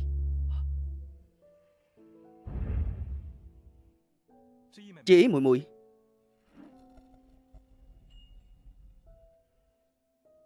Ta là Tôn Cẩn Chi.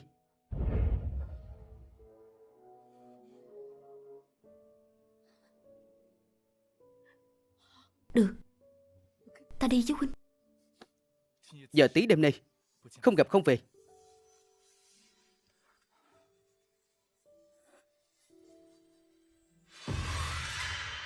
Ngươi nói Uyển Phi chủ động đề nghị bỏ trốn cùng ngươi hả?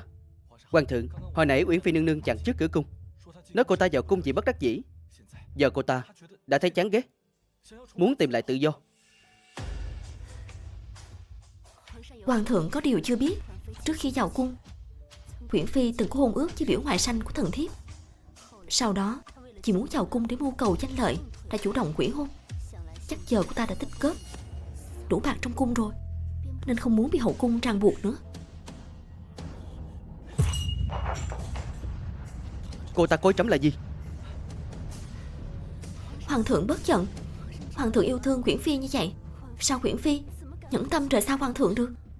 Có lẽ là biểu ngoại sanh của thần thiếp đã hiểu lầm ý của Uyển Phi. Giờ tí đêm nay, ngươi và Uyển Phi cứ gặp đúng hẹn, trẫm sẽ đợi các ngươi ở cửa Thuận Trinh. Khi đó bắt quả tang tại trận, để trẫm xem cô ta lấp liếm thế nào.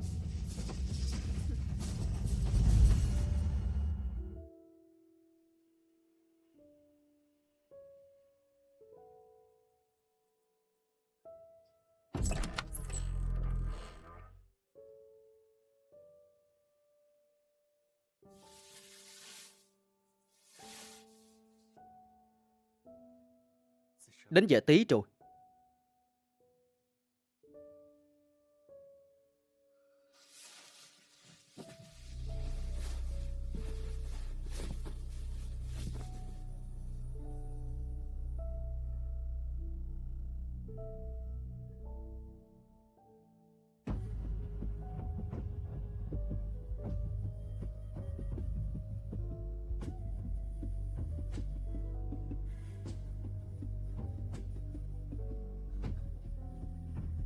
Tôn đại nhân, nô tài giao người cho ngày ấy.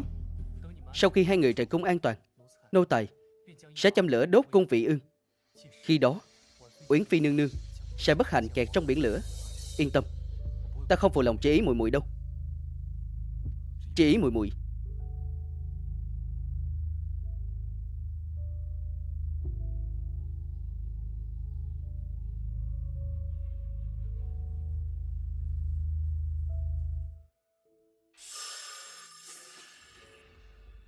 Tri Ý muội muội, ta sẽ tốt với muội. Xe ngựa phía trước dừng lại ngay.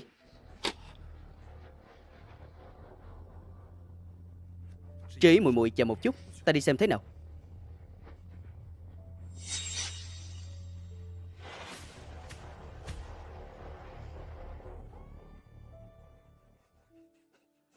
Bẩm hoàng thượng, Uyển Phi nương nương đang ở trong xe ngựa. Đưa người xuống khỏi xe.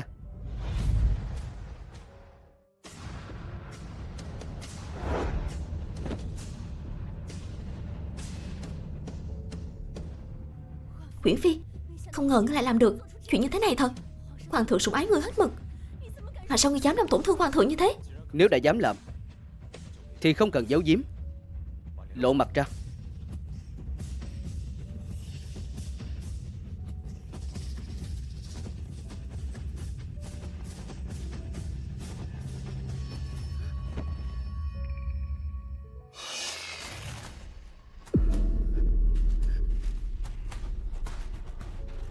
Ngươi là ai? Bẩm hoàng thượng, nô tỳ là cung nữ ở cung Vị Ương. Hôm nay đại nhân Tôn Cẩn Chi bỏ mặc đồ cung nhân xông vào cung Vị Ương, dùng tính mạng uy hiếp, đòi nô Uyển Phi nương nương cùng bỏ trốn.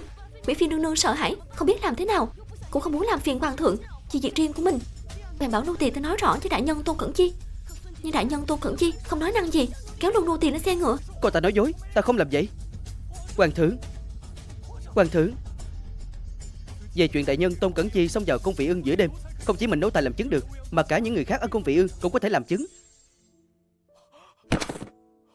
Không phải ta làm, không thể nào.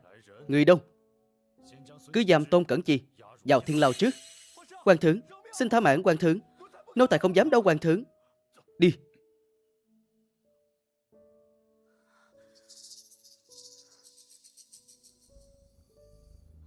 Hoàng thượng, hoàng thượng, Tôn Cẩn Chi vẫn luôn ngay thẳng, chính trực quang minh, chắc chắn sẽ không làm chuyện như vậy. E rằng chuyện này còn có uẩn khúc. Ý nàng là Uyển Phi gài bẫy hãm hại Tôn Cẩn Chi à? Hoặc là Uyển Phi vốn định uy hiếp Tôn Cẩn Chi, đưa cô ta rời cung, nhưng tự dưng đổi ý. Quán đương, nếu Uyển Phi uy hiếp Tôn Cẩn Chi rời cung, chắc chắn đã hạ quyết tâm. Sao tự dưng đổi ý được chứ? Càng không cần tìm một cung nữ dây dừa với Tôn Cẩn Chi. Ngoài ra, trẫm đã cử người đi điều tra rồi. Đúng là hôm nay Tôn Cẩn Chi đã mặc cung phục, lặng lẽ vào cung Vị Ương. Hoàng thượng, Uyển Phi chuyện này... nương nương đến.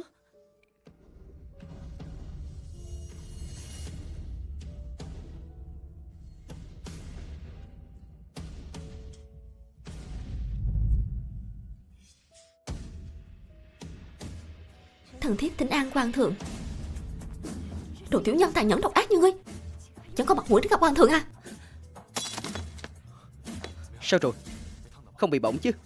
Hoàng thượng, sao thần thiếp không hiểu lời của hoàng hậu nương nương nói vậy? Ngươi đừng có làm bộ làm tịch trước mặt hoàng thượng nữa. Dù ngươi mưu mô xảo quyệt thế nào, việc ngươi và Tôn Cẩn Chi từng có hôn ước chẳng là sự thật không thể chối cãi. Đầu tiên Tôn Cẩn Chi bị ngươi uy hiếp lợi dụng, rồi lại bị ngươi cắn ngược. Tôn Cẩn Chi tội nghiệp vốn chỉ yên phận thủ thường, mà lại bị ngươi hãm hại thành thế này.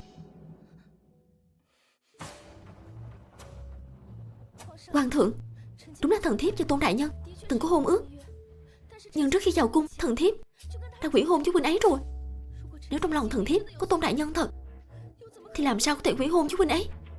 Hơn nữa, hoàng thượng vô cùng nhân đức, được vạn dân tôn sùng. Thần thiếp ngưỡng mộ hoàng thượng còn không kịp, làm sao có thể một mình rời cung với người khác?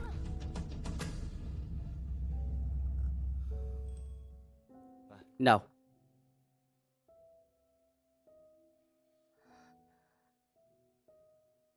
trẫm có tốt như nàng nói sao? Trong mắt của thần thiếp, hoàng thượng là người ân đức vô biên. Trẫm tin nàng là được. Sao vẫn khóc chứ? Hoàng thượng, Uyển Phi làm bộ làm tịch, nói một đằng nghĩ một nẻo. Ngài đừng để những lời đường mật của cô ta mê hoặc. Hỗn láo. Dù sao Tôn đại nhân cũng là biểu ngoại sanh của hoàng hậu. Hoàng hậu xin tha cho huynh ấy cũng là lẽ thương tình. Bảo sao sự thật đã bày ra trước mắt, mà hoàng hậu vẫn nhất quyết không thừa nhận. Trẫm suýt quên, Tôn Cẩn Chi còn phải gọi nàng là di mẫu. Nếu hoàng hậu đã không biết dạy bảo hậu bối, để trẫm giúp nàng. Người đâu? Truyền ý chỉ của trẫm, cách chức Tôn Cẩn Chi, đầy tới biên cương, làm nô lệ mãi mãi. Hoàng thượng,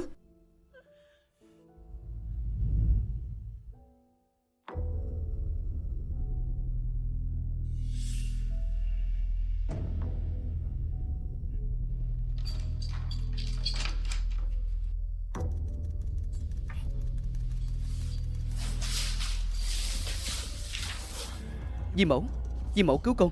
Di mẫu, người hứa với con rồi, chỉ cần con làm xong chuyện đó, người sẽ cho con thăng chức lên hậu bộ. Giờ chuyện chưa xong, người cũng không được kệ con chứ Di mẫu. Tôn đại nhân không cần gọi nữa. Bây giờ hoàng hậu nương nương lo thân mình còn chưa xong.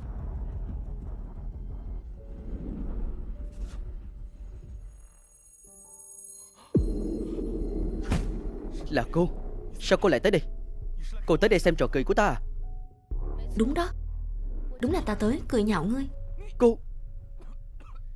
Nhân tiện nói với Tôn đại nhân, ta không mắc mưu ngươi, không phải vì Tôn đại nhân diễn xuất kém, mà là vì khi ta quyết định bước trên con đường này thì không còn ý định tin bất cứ ai. 1 năm trước Tôn đại nhân không hề oán trách vì việc ta hủy hôn. Từ lúc đó thì ta đã bắt đầu nghi ngờ ngươi rồi.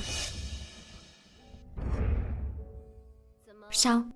Bảo con đồng ý đính hôn với mùi mùi của Tống Như Ý, ấm ức cho con hả? Di mẫu, tuy Tống Tri Ý đọc đủ loại sách, nhưng dù sao vẫn là loại hạ đẳng. Sau này Chất Nhi còn muốn đi theo Di mẫu thăng tiến vùn vụt, lấy loại hạ đẳng làm chính thê. Con kích động thế để làm gì? Ai bảo con đồng ý đính hôn với mùi mùi của Tống Như Ý? thì Tống Tri Ý sẽ thành thân với con. Ý Di Mẫu là Bổn cung nghe nói họ có tình tỉ muội rất sâu đậm. Nếu hôm đó Tống Như Ý được hoàng thượng sủng ái, chắc chắn Tống Tri Ý sẽ vào cung bầu bạn với tỷ tỷ. Ngược lại, nếu Tống Như Ý vô dụng, mất mạng thê thảm dưới tay Thuận Quý Phi, thì chắc chắn Tống Tri Ý sẽ hủy hôn, vào cung để báo thù cho Tống Như Ý. Hóa ra Di Mẫu đã tính kỹ lâu rồi. Nhưng con phải đồng ý hôn sự này. Chỉ khi làm như thế, dù là Tống Như Ý hay Tống Tri Ý thì đều sẽ mang ơn bổn cung. Sau này, đây sẽ là con bài để bổn cung mưu cầu sự báo đáp. Trên đời này không có hận thù vô cớ, cũng không có tình yêu vô cớ. Trước đây ta kiên quyết hủy hôn, làm tổn hại danh tiếng của Tôn đại nhân. Nhưng Tôn đại nhân đã đồng ý dứt khoát như thế.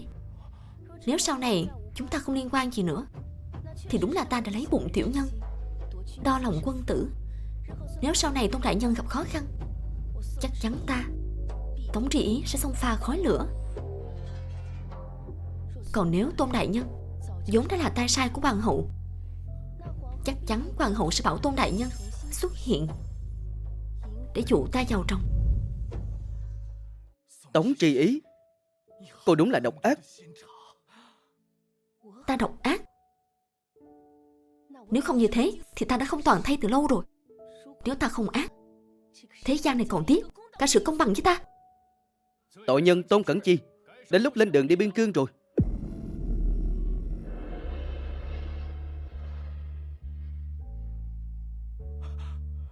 Tri Ý, ta sai rồi. Ta biết sai thật rồi Tri Ý. Ta không cố ý đối đầu với cô. Chỉ tại hoàng hậu nương nương xúi giục ta làm gì. Tha cho ta lần này được không? Ta hứa với cô, chắc chắn ta sẽ một lòng một dạ bắt đầu lại với cô. Một lòng một dạ bắt đầu lại à? Tôn đại nhân, chuyện cười của ngươi không buồn cười đâu. Nhưng Tôn đại nhân và hoàng hậu có tình cảm sâu đậm. Trước khi đi, đúng là ngươi có thể làm giúp ta một việc đó. Việc gì?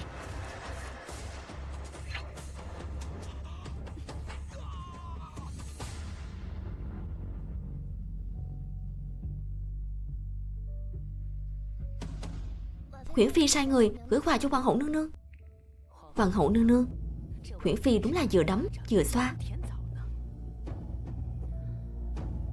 Tuy lần này cô ta thoát nạn, nhưng chắc cũng thấy được thủ đoạn của bổn cung. Có lẽ tới tặng quà để cầu hòa. Mở ra xem đi.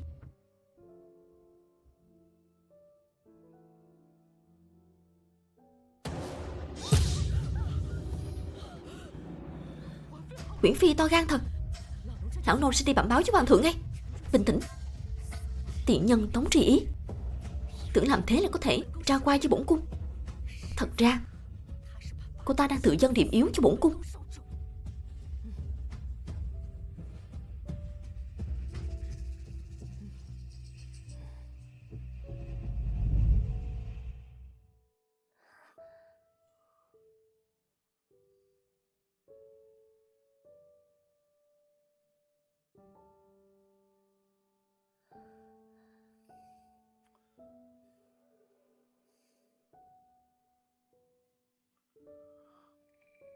Hoàng thượng, bây giờ là ban ngày, không hay đâu. Có trẫm ở đây, không ai dám bàn tán về nàng đâu. Hoàng thượng, người của cung không nên vừa tới nói hoàng hậu nương nương đột ngột ngất xỉu rồi. Sao cơ?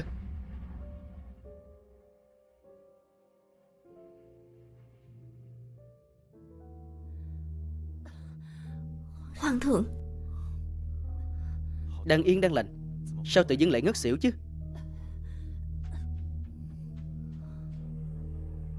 Hoàng thượng, ngài nhất định phải phân xử cho thần thiếp. Nàng muốn trẫm phân xử chuyện gì? Hoàng thượng, Ai đã làm chuyện này? nó là do Huyễn Phi nương nương cử người mang tới cho hoàng hậu nương nương. Cô ta nói rằng biết Tôn Cẩn Chi là con nuôi của hoàng hậu nương nương, nên đặc biệt lấy tay ngày ấy cho hoàng hậu nương nương lưu giữ kỷ niệm. Không ngờ Uyển Phi lại làm chuyện như vậy. Hoàng thượng, trong chuyện lần trước, đương nhiên Tôn Cẩn Chi có lỗi. Hoàng thượng xử phạt thế nào cũng là nó đáng tội. Nhưng Uyển Phi tuyệt đối không nên bỏ đá xuống giếng như thế. Hoàng thượng, Uyển Phi nương nương làm chuyện như vậy, có thể thấy được lòng dạ của ta độc ác tới mức nào. Cô ta không hề tôn trọng hoàng hậu nương nương cho hoàng thượng sắc phong. Nếu là do Uyển Phi làm thật thì đúng là nên phạt.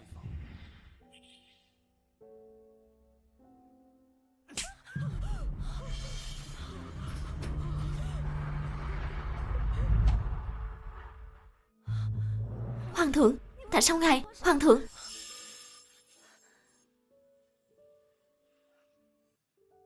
hoàng thượng, đau không? Tay trẫm không đau, trẫm đau lòng. Đau lòng gì nè? Tại sao lại như thế?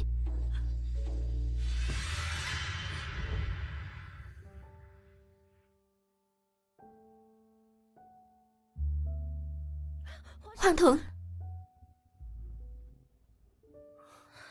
Ái Phi, nàng sao thế? Ai ức hiếp nàng? hoàng thượng, thần thiếp thấy trên đường dẫn tới cung Khôn Ninh có máu. Chắc là hoàng hậu lại sai người mua gia cầm sống. Nàng ấy rảnh rỗi nên thích tự nấu ăn. Thần thiếp cũng mong mình đa nghi, nên đã âm thầm dò hỏi. Phát hiện hoàng hậu nương nương đã tới Thiên Lao, hình như còn mang thứ gì đó dính máu ra ngoài. Thiên Lao à?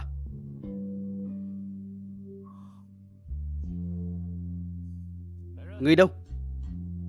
Gọi chính quản ngục quan tới đây.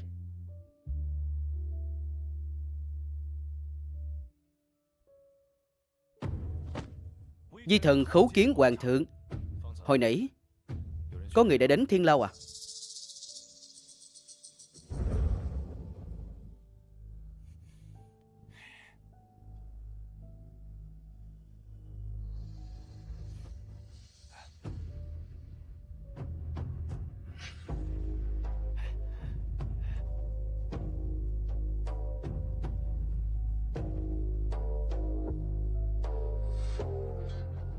Miếng ngọc bội kia chạm vào ấm áp trơn nhẵn, giờ nhìn đã biết là vô giá. Cứ đưa hắn như thế, chẳng phải là hại cho hắn sao? Đồ hoàng hậu nương nương ban thưởng, giữ lại cũng là tai họa thôi, chi bằng thuận nước đẩy thuyền. Người đó che mặt bằng áo choàng, phi thần không nhìn rõ. Nhưng trước khi rời đi, người đó đã đưa cho phi thần thứ này.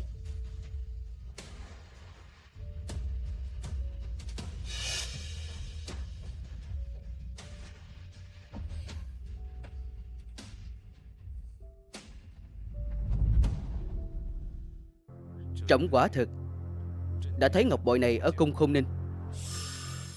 Quả nhiên là hoàng hậu. Di thần cáo lui.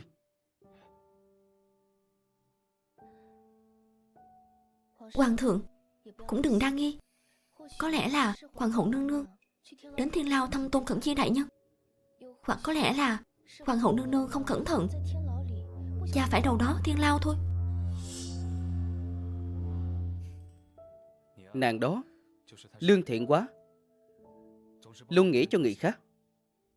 Thần thiếp cũng luôn nghĩ cho hoàng thượng mà.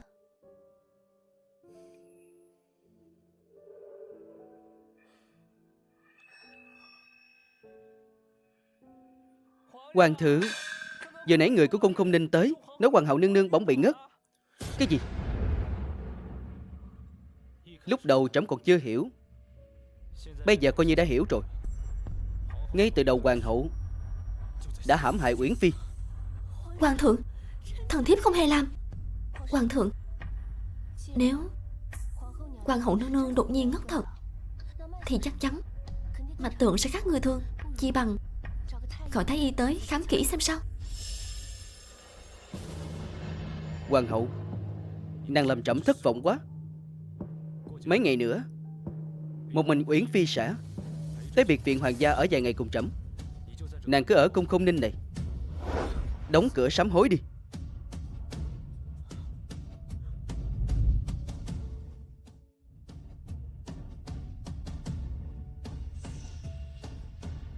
Hoàng thượng.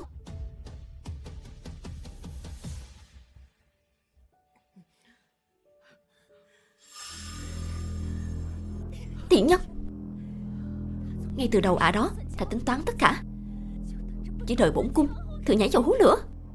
Hoàng hậu nương nương bớt giận, bổn cung đã coi thường cô ta rồi. Quả thực cô ta có năng lực hơn so với quả vô dụng Tống Như Ý kia. Nhưng cô ta tưởng giữ chân bổn cung lại hoàng cung là cô ta có thể độc chiếm hoàng thượng sao? Ý nương nương là báo với thái tử tối nay đích thân đưa canh cho hoàng thượng. Con trai của bổn cung chính là trữ quân của thiên hạ này, đích tử của hoàng thượng. Chỉ cần nó làm nũng muốn đi cùng, chắc chắn hoàng thượng sẽ cho phép. Đừng xa mệt nhọc, chắc trả cho hoàng thượng rồi. Ái Phi đang sốt trẫm sao? Hoàng thượng chỉ biết chọc ghẹo thần thiếp thôi.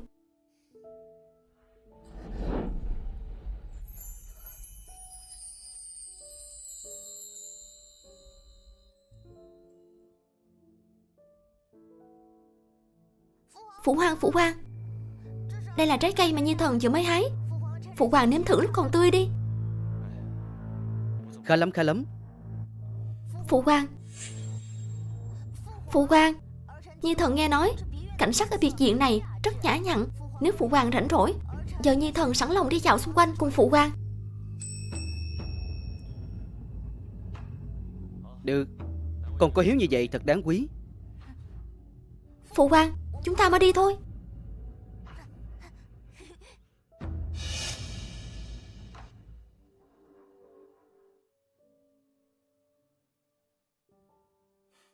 Người không đi cùng sao?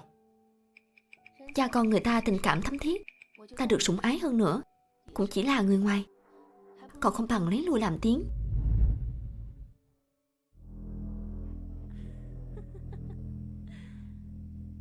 Sao hoàng hậu nương nương lại cười vui vẻ như vậy? Phía thái tử chẳng thuận lợi chứ? Thái tử viết thư nói với bổn cung rằng hoàng thượng vẫn luôn dạo chơi non nước cho nó. Đã mấy ngày rồi không tới gặp Tống Tri Ý. Chúc mừng hoàng hậu nương nương.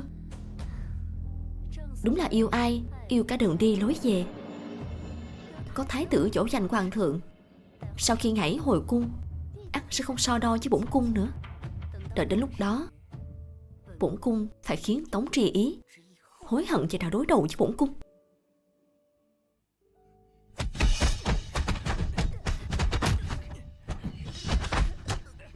Dừng tay.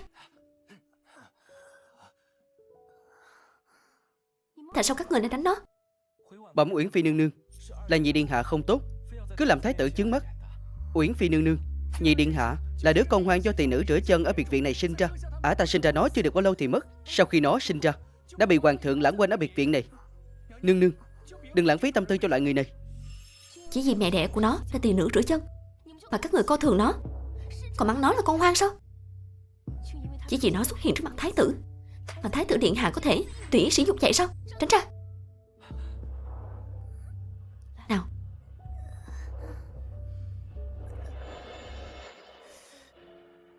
Con không sao chứ? Đa tạ Uyển Phi nương nương ra tay cứu giúp.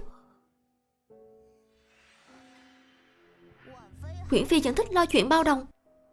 Thái tử điện hạ là huynh đệ ruột thịt với nhị hoàng tử, cớ sao thái tử điện hạ lại làm khó nhị hoàng tử như vậy? Phụ quan, đích thứ khác biệt. Nhi thần là đích tử của người, mọi cử chỉ lời nói đều đại diện cho phụ quan. Nếu lại cho tỳ nữ rửa chân này sinh ra như nó đi cùng Nhi thần, sẽ tổn hại đến uy nghiêm của phụ quan. Hoàng thượng, thái tử điện hạ miệng lưỡi sắc sảo, vừa nhìn là biết được hoàng hậu nương nương dạy dỗ cực tốt. Nhưng cùng là con gái của hoàng thượng. Nhị hoàng tử lại.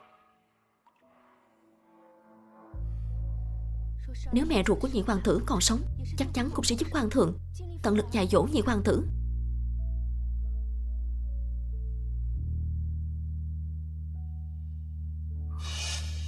Đi xử lý vết thương trước đi. Buổi tối cùng ăn cơm với trẫm. Nhi thần tạ ơn phụ hoàng quan tâm.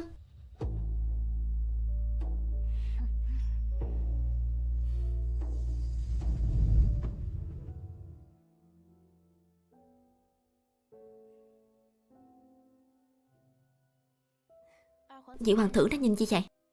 Từ nhỏ tới lớn, Huyễn Phi nương nương là người đầu tiên giúp ta.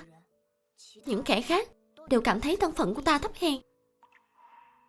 Nói như vậy thì ta cũng giống như mẹ ruột của nhị hoàng tử, đều là người có thân phận thấp kém. Nhưng bây giờ ai nấy gặp ta đều phải tôn trọng gọi ta là Huyễn Phi nương nương. Tuy rằng tự biết lấy mình, nhưng cũng không thể tự hạ thấp bản thân. Chỉ cần con chịu nỗ lực, xuất thân của con chỉ là quá khứ của con, chứ không phải là lỗi lầm. Nhớ kỹ, Thái tử điện hạ là con trai của hoàng hậu nương nương.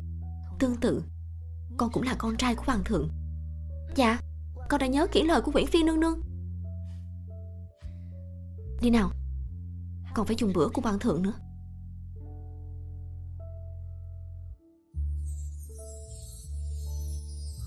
Ăn đi. Phụ hoàng, người nếm thử món này xem.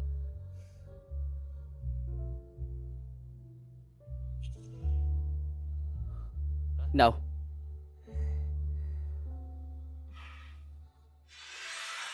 Phụ hoàng, trước khi tới biệt viện, Văn thái phó khen ngợi bài văn con làm đó. Ừ, khá lắm.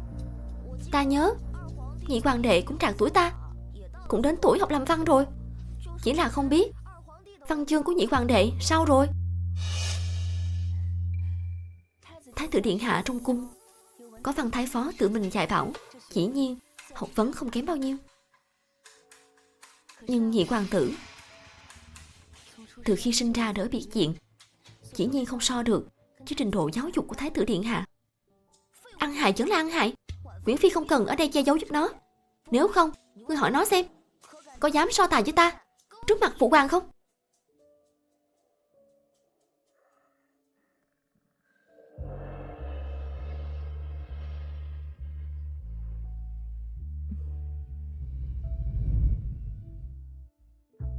Được.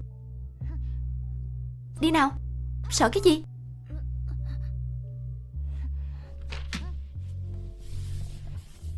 Cho ngươi.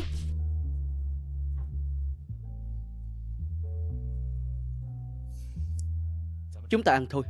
Hoàng thượng, người nếm thử cái này đi. Ái Phi cũng ăn đi. Muốn ăn cái nào?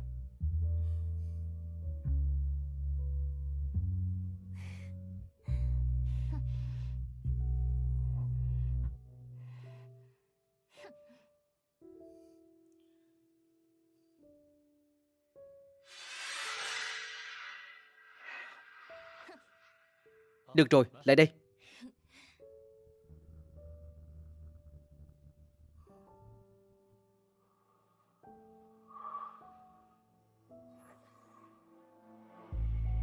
Đã bảo rồi, thứ xuất vẫn là thứ xuất. Hoàng thượng còn chưa nói gì. Thái tử điện hạ vội vàng cái gì chứ? Đồ thấp hèn. Lát nữa ta sẽ cho ngươi biết tay. Không tệ không tệ. Văn chương của nhị hoàng tử khiến trẫm rất yên lòng. Nếu nhị hoàng tử đã thắng rồi, hoàng thượng không thể nào keo kiệt ban thưởng được. Ái Phi nghĩ thật chu đáo. Người đâu? Thưởng tinh thần ngọc mà trẫm mang từ hoàng cung đến, cho nhị hoàng tử.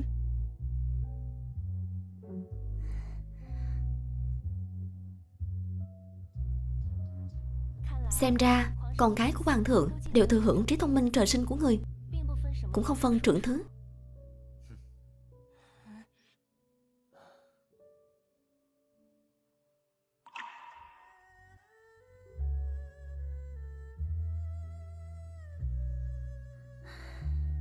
Sao nhị hoàng tử còn chưa về? Con muốn hỏi Quyển Phi nương nương một vấn đề. Sao Quyển Phi nương nương biết con nhất định sẽ thắng Thái tử điện hạ? Tay của nhị hoàng tử này rất chai sạn, Ta cũng là người đọc sách, dĩ nhiên biết để có được chiếc chai này, đằng sau đó phải bỏ ra bao nhiêu gian khổ.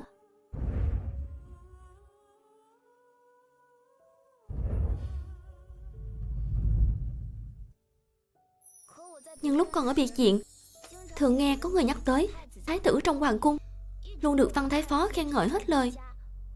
Đó là vì họ đều cảm thấy thân phận thái tử điện hạ cao quý, nên không có ai dám đắc tội với nó. Đứng trước quyền thế, đến cả Thái Phó lẫy lừng cũng khó tránh khỏi thói thường ở đời. Đã muộn rồi, chị hoàng tử chứ mau về nghỉ ngơi đi. Mai nữa hoàng thượng khởi hành hồi cung rồi, chị hoàng tử còn phải đi tiễn hoàng thượng nữa đó. Con có thể sao? Yên tâm đi, ta nói được là được. Đa tạ Quyển Phi nương nương.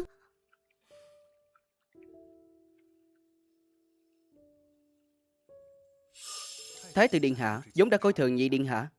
Nếu để thái tử điện hạ biết nhị điện hạ tự ý đi tiễn hoàng thượng, liệu có? Ta muốn để thái tử làm khó nhị hoàng tử, bởi vì chỉ có như vậy mới khiến hoàng thượng mũi lòng, giúp nhị hoàng tử thoát khỏi biệt viện, chẳng khác gì lao ngục này. Người muốn nhị điện hạ hồi cung ư?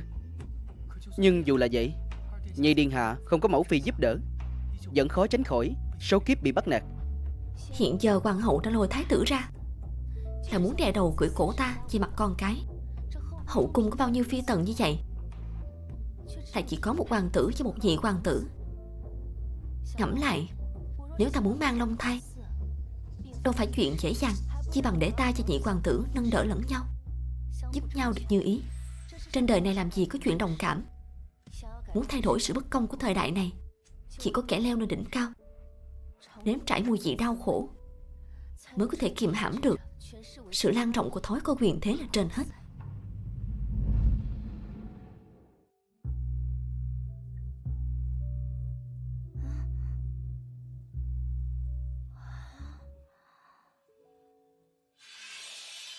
Sáng sớm tinh mơ đã chầu chực ở đây, lại muốn nịnh nọt phụ hoàng sao? Ta chỉ muốn tới tiễn phụ hoàng. Ngươi tưởng ngươi được phụ hoàng khen vài câu là có tư cách đứng trước mặt ta rồi à? Ta nói cho ngươi biết, ở trước mặt ta, ngươi mãi mãi chỉ có nước quỳ xuống xin tha. Lôi nó đi cho ta, đừng có ở đây làm chướng mắt ta. Buông ta ra. Các ngươi làm gì vậy?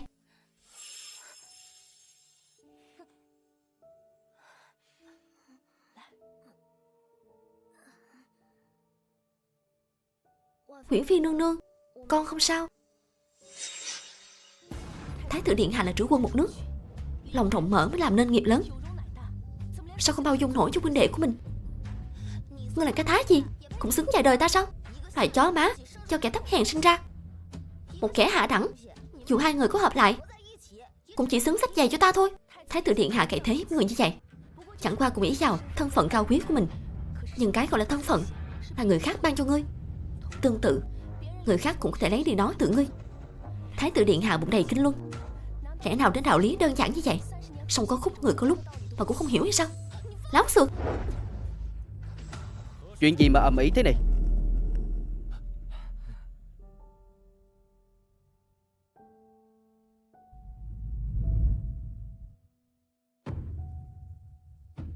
Phụ hoàng, Huyễn Phi và nhị hoàng đệ hợp lại bắt nạt Nhi thần. Họ còn mỉa mai Nhi thần, sớm muộn gì Nhi thần và mẫu hậu cũng sẽ bị họ thay thế. Phụ hoàng, Nhi thần và Huyễn Phi nương nương chưa từng nói những lời như thế. Là thái tử điện hạ, ta chính là đích tử của phụ hoàng, làm sao có thể cậy thế người lấy lớn bắt nạt nhỏ? Uyển Phi, mặc kệ sự việc ra sao, là trưởng bối, nhất định phải khuyên giải, chứ không phải một mực tăng thêm mâu thuẫn. Hoàng thượng dạy chí phải là tội của thần thiếp, nhưng thực ra thần thiếp chỉ bất bình tha cho hoàng thượng. Huyễn Phi chỉ là phận nữ nhi, sao dám mặt dày nói bất bình tha cho phụ hoàng?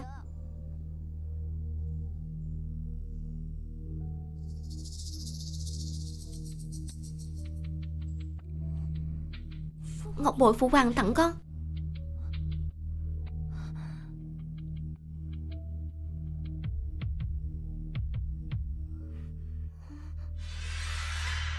Hoàng thượng, thần thiếp cảm thấy cho dù thái tử điện hạ có sử dụng chị hoàng tử thế nào đi nữa, Nhưng ngàn lần không nên chà đạp đồ vật mà người ban thưởng như vậy. Thần thiếp nhìn thấy mà đau lòng. Trẫm trách lầm nàng rồi, đã để nàng chịu uất ức. Chuyện liên quan tới hoàng thượng, thần thiếp không hề thấy uất ức. Thần thiếp chỉ xót cho nhị hoàng tử. Mới ở chung với hoàng thượng mấy ngày ngắn ngủi mà đã phải chia xa, đến đồ vật mà hoàng thượng ban thưởng cũng không giữ được. Thần thiếp khẩn cầu hoàng thượng qua kế nhị hoàng tử cho thần thiếp. Thần thiếp nhất định sẽ đón nhị hoàng tử về cung dạy dỗ tử tế, san sẻ nỗi lo cho người.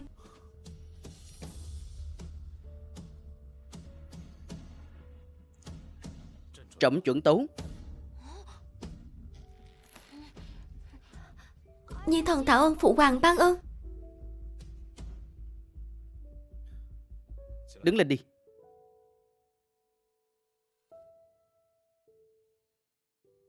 Nàng hiểu chuyện như vậy, trẫm cũng không biết nên ban thưởng thế nào. Sau khi trở về, nàng dọn từ cung Vị Ương đến cung Trường Xuân, nơi đó gần trẫm nhất.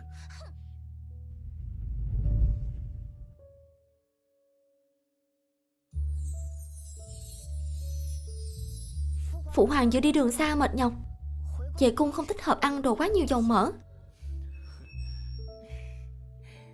Mấy ngày nữa con đã quen với hoàng cung, thì tới nghe Văn Thái Phó giảng bài cùng thái tử đi. Nhi thần tạ ơn phụ hoàng. Nhi thần nhất định sẽ không để phụ hoàng và mẫu phi thất vọng. Đứng dậy đi. Hoàng thượng, người cũng nếm thử món này đi. Đồ ăn Uyển Phi gấp, chắc chắn hợp khẩu vị trẫm rồi. Ăn đi.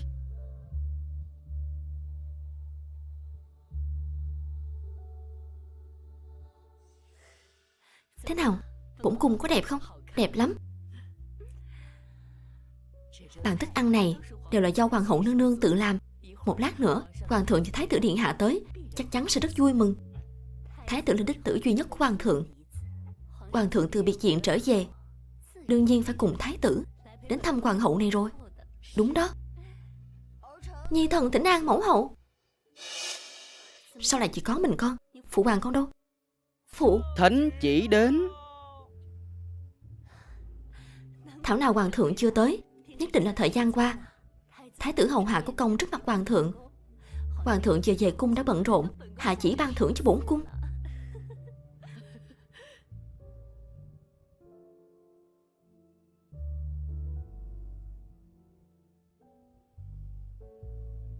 Phụng Thiên thừa dẫn, hoàng đế chiếu viết. Nhị hoàng tử cần cù hiếu học, thiên tư thông minh. Trẫm phê duyệt cho nhị hoàng tử hồi cung, cùng theo học văn thái sư. Khâm thử.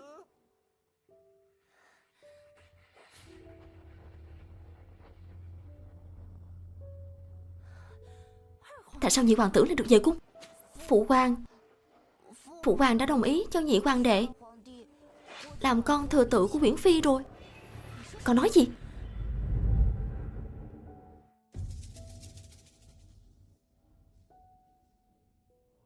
Thần thiếp tham kiến hoàng hậu nương nương. Muội muội tới đón nhị điện hạ tan học à? Hoàng thượng đã giao nhị điện hạ cho thần thiếp, đương nhiên chuyện gì cũng không thể qua loa. Lần này là kỳ thi nhỏ đầu tiên sau khi nhị điện hạ hồi cung, thần thiếp nên tới cổ vũ. Suy cho cùng, nhị điện hạ đâu phải cho Uyển Phi sinh ra. Uyển Phi cũng đâu cần phải giả bộ tình mẫu tử thấm thiết. Cho dù sau này Uyển Phi thật sự mang thai, thì cũng giống như nhị điện hạ, đều là con thứ. Đã là con thứ thì từ khoảnh khắc lọt lòng, so thế nào cũng không bằng đích tử được.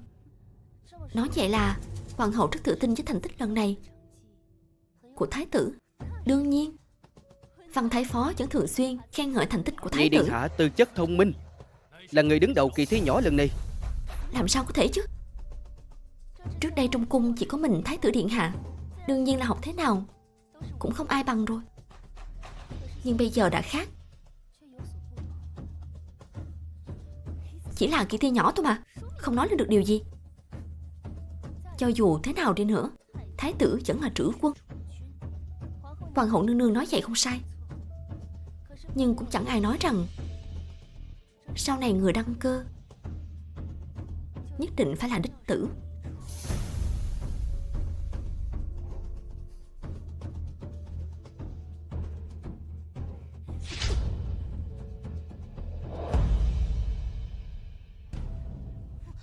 Mẫu hậu, nó chỉ là con thứ, có quyền gì mà vượt qua con?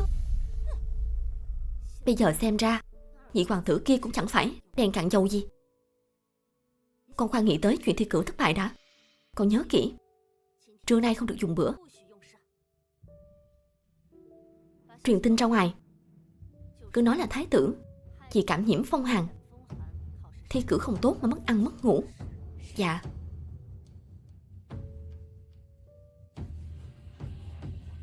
Hoàng thượng thương con như vậy, nhất định sẽ tới thăm nom an ủi con.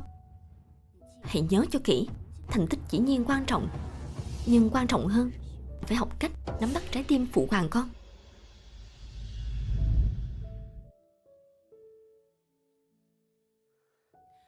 Kiên trì thêm chút nữa, hoàng thượng sắp tới rồi. Nhưng mà hoàng thượng đã về rồi. Chiều nãy có người truyền tin nói hoàng thượng ở lại cung Trường Xuân chúc mừng cho nhị hoàng tử. Tống Trĩ, tiện nhân này.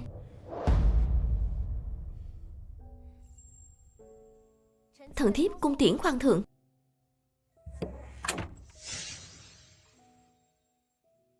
Lời mẫu phi nói không sai, lần này thái tử thi không tốt, rõ ràng đã khiến phụ hoàng thất vọng rồi. Dù sao thái tử vẫn do hoàng hậu sinh ra. Tuy rằng giờ hoàng thượng hơi thất vọng về thái tử, nhưng chỉ cần nói giả bộ đáng thương, hoàng thượng vẫn sẽ mềm lòng với nó thôi. Thực ra nếu thái tử có thể trở thành minh quân, nhi thần cũng không muốn huynh đệ tương tàn, huynh đệ tranh đoạt.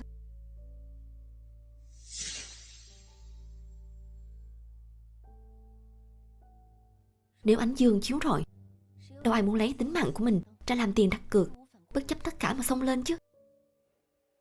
Còn nhớ cho kỹ, tất cả những gì chúng ta làm bây giờ không chỉ là vì bản thân mình, mà là còn vì những người giống như chúng ta, từ khi sinh ra đã chịu cảnh bất công, vì quyền quý coi như sâu kiến vô tội. Nhi thần nhất định khắc ghi là mẫu phi trong lòng. Nhi thần phải khiến thái tử mãi mãi không thể đuổi kịp. Về mặt học hành, chỉ dựa vào học hành thì vẫn chưa đủ. Chúng ta cần phải thêm chút dầu vào lửa ở những chuyện khác, khiến hoàng thượng càng thất vọng hơn về thái tử.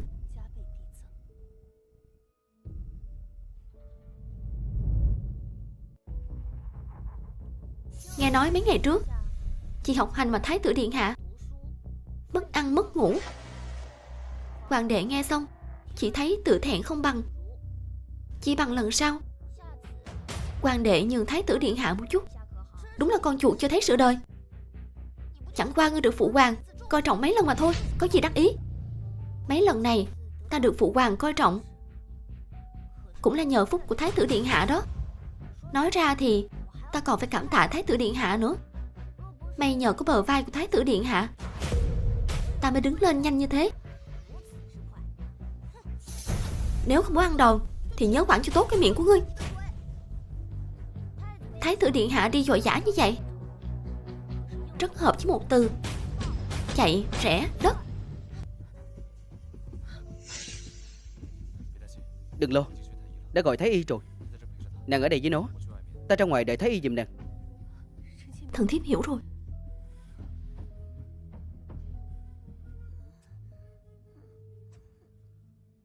Khép cửa lại, đừng để gió lùi vào. Tuân lệnh.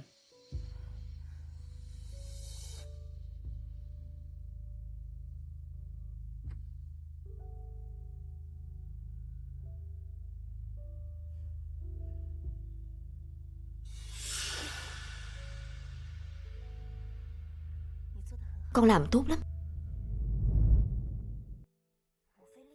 Mẫu phi lợi hại thật. Không ngờ dấu tiết gà trong bong bóng cá lại có thể lấy giả làm thật.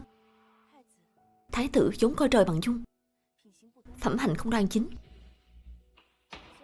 Mặc dù hoàng hậu có dặn dò nhiều thế nào đi nữa, Nhưng đợi đến lúc nó bị chọc giận, chắc chắn sẽ hiện nguyên hình. Trong cung này, cung nhân bị nó bắt nạt, ngược đãi tới mất mạng nhiều không đếm xuể, nhưng hoàng thượng không biết mà thôi. Có điều qua chuyện lần này, hoàng thượng chắc chắn sẽ nhìn thấu. Nhưng phụ hoàng đã đi gọi thái y rồi. Nếu thái y thật sự tới, lát nữa ta sẽ xử lý vết thương giúp con trước. Đợi khi thái y tới, ta sẽ nói vết thương không sâu, con kiên quyết để ta xử lý, không muốn làm phiền thái y. Đến lúc đó hoàng thượng chẳng những không nghi ngờ mà còn thương xót con, trách cứ thái tử.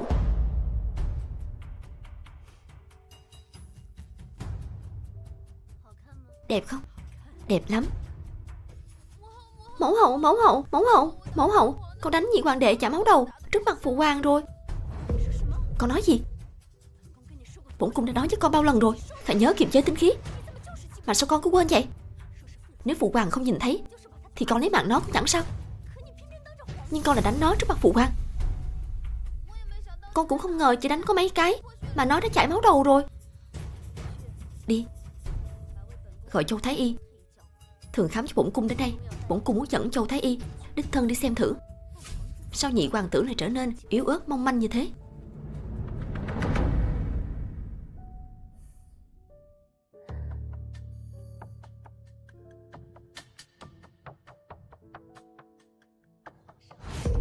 Hoàng thượng, Sao hoàng hậu lại tới đây? sau khi lỡ tay làm nhị điện hạ bị thương, thái tử rất ân hận và sợ hãi, bèn khóc lóc nhờ thần thiếp dẫn Châu thái y tới chữa trị cho nhị điện hạ. Thần thiếp cũng lo cho vết thương của nhị điện hạ, nên giờ nãy gặp thái y trên đường đang về, mới cố ý dẫn theo Châu thái y cùng tới khám bệnh cho nhị điện hạ. Hoàng hậu có lòng rồi, vào đi.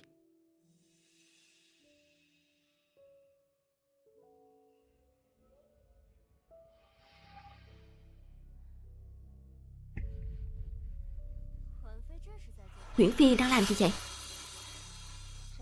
Thần thiếp thấy vết thương của nhị hoàng tử không nặng lắm. Huống hồ thằng bé cũng không muốn làm phiền thái y, mới bảo thần thiếp xử lý vết thương cho nó. Nàng đó quá lương thiện rồi. Trái lại, nhị hoàng tử rất giống nàng về điểm này. Hoàng thượng, nhị điện hạ chảy nhiều máu như thế, sao tùy tiện băng bó được chứ? Dù sao Châu thái y cũng đã tới, chi bằng để thái y khám kỹ lại một chút, hoàng thượng cũng yên tâm hơn. Hoàng thượng, vết thương của nhị điện hạ dù gì cũng liên quan tới thái tử điện hạ.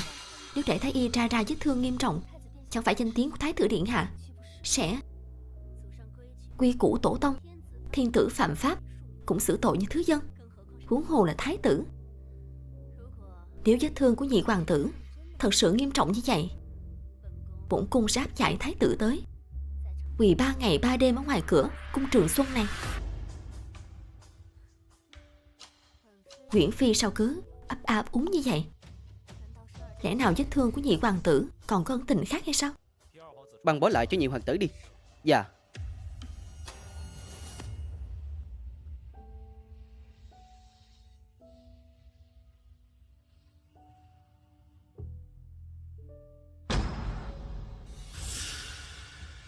Đây là vết thương nhỏ mà nàng nói sao?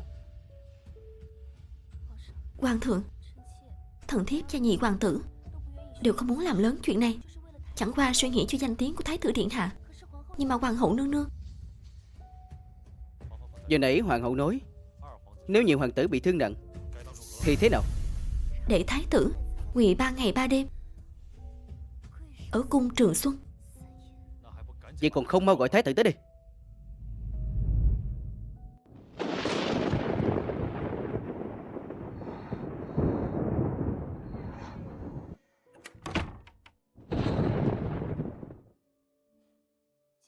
Lần này bị phạt quỳ, e là uy nghiêm của trữ quân thái tử tràn ngập nguy cơ rồi.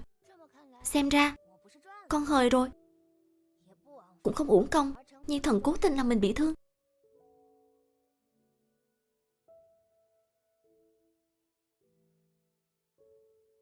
Chỉ cần chúng ta dám liều, sẽ có ngày vén mây đen thấy trời xanh, mây tan trăng sáng.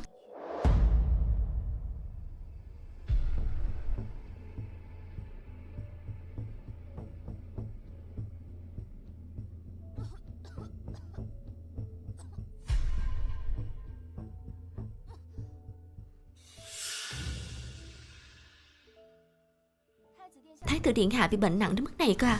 Người tới làm gì? Thần thiếp tới thăm bệnh, cũng tới để xem trò cười. Người bớt hả hê đi. Cho dù lần này người thắng, giờ thái tử vẫn là thái tử. Hiện tại là hiện tại, tương lai là tương lai. Thái tử điện hạ, một quyền một canh giờ. Những gì hôm qua ngươi đã gây ra cho nhị hoàng tử, hôm nay chịu đựng có thoải mái hay không?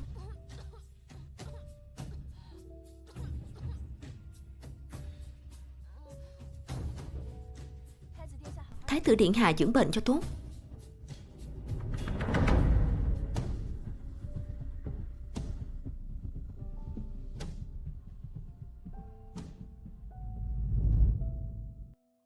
Hoàng thượng,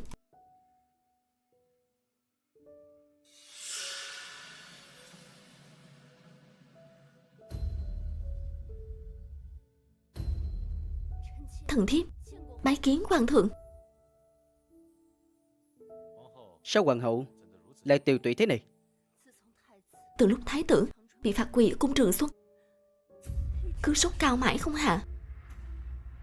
Hôm qua Quyển Phi đã thăm thái tử, tận mắt nhìn thấy nó liên tục ho suyễn.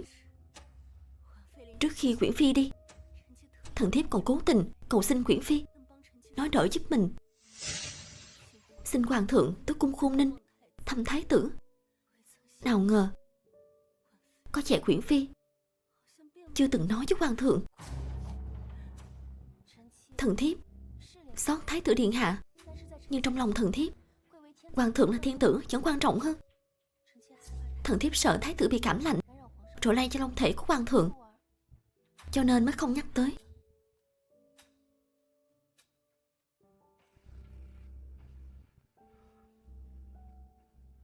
Bãi giả đến cung Khôn Ninh.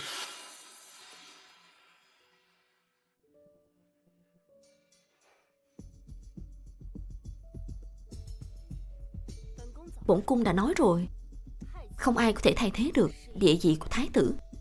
Thần thiếp không giữ được hoàng thượng, thì hoàng hậu cũng vậy thôi.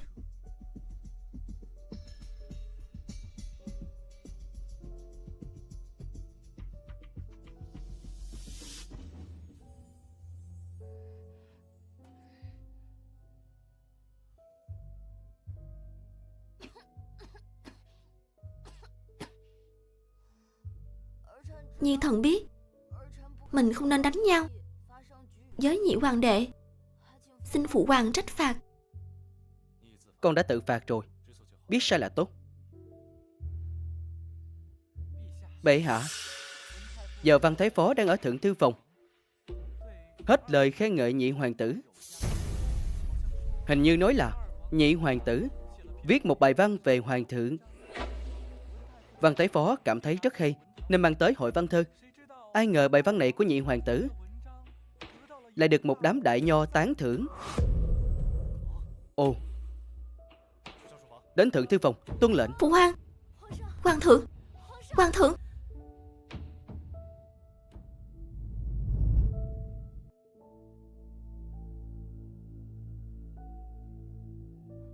Hoàng thượng, hoàng thượng. Hoàng hậu nương nương đừng phí sức nữa. Hoàng thượng đã đi xa rồi. Người cố tình. Hoàng hậu nương nương luôn miệng nói đích thứ khác biệt, nhưng so với một đứa con trai chỉ biết giả bộ đáng thương để nhận sự thương hại, lại chẳng được thích sự gì, thì hoàng thượng càng để ý một đứa con trai khác, người mang lại thành tích chói mắt cho ngài ấy và cả hoàng thất hơn. Chẳng liên quan gì tới nó là đích tử hay thứ tử cả. Ngươi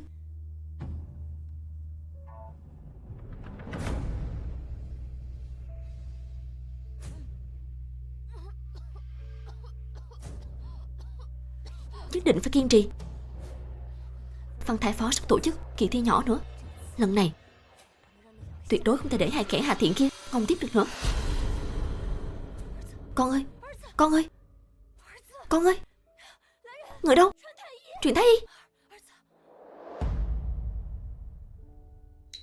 Vừa có tin gửi tới từ cung Khôn Ninh, nói hoàng hậu ép thái tử thức đêm học hành. Thể lực của thái tử không chịu nổi, đã ngất xỉu tại chỗ. Những kẻ quyền quý đứng trên đỉnh cao kia tự cho rằng đứng đủ cao thì có thể cúi nhìn chúng sinh, nhưng lại không biết dưới sự lạnh lùng, sự chèn ép bạo ngược và kỳ thị của họ đã chẳng còn ai dám nói lời thật lòng, mà bị những kẻ a vua nịnh nọt làm mờ hai mắt. Đây cũng là báo ứng của họ thôi. Loại người mưu sâu kế hiểm như hoàng hậu nương nương không thể nào nhận thua như vậy được. Chúng ta phải cẩn thận hơn, đừng bị sự thất bại tạm thời quá ta che mắt. Đã hiểu.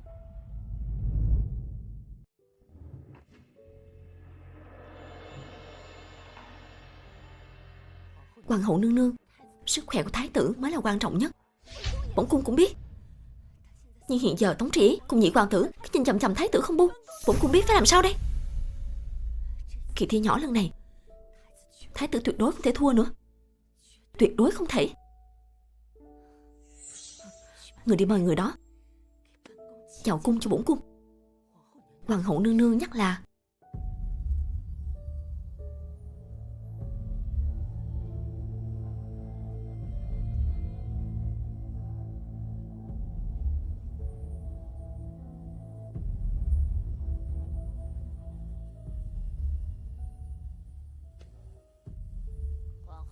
lần này hoàng hậu nương nương mời thảo dân nhập cung, có phải là có tâm sự gì không? Bổn cung cần ngươi giúp con đường của thái tử bằng phẳng, dẹp hết mọi chông gai, thuận lợi đăng cơ. Muốn đạt được nguyện vọng này cũng không khó,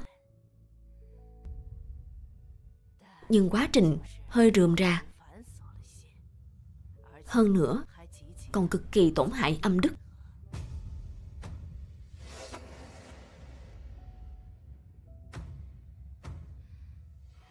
Hoàng hậu nương nương yên tâm. Lần trước thảo dân đã có thể giúp người thuận lợi trở thành mẫu nghi thiên hạ. Lần này nhất định có thể khiến thái tử điện hạ cầu được ước thấy. Hoàng hậu nương nương, trong cung cấm chu thuật, hãy bị phát hiện chỉ cần có thể thành công, dù mạo hiểm cỡ nào, hy sinh ra sao cũng đều đáng giá. Lần này bổn cung muốn Tống Tri Ý hoàn toàn trở thành cặn bã dưới chân mình.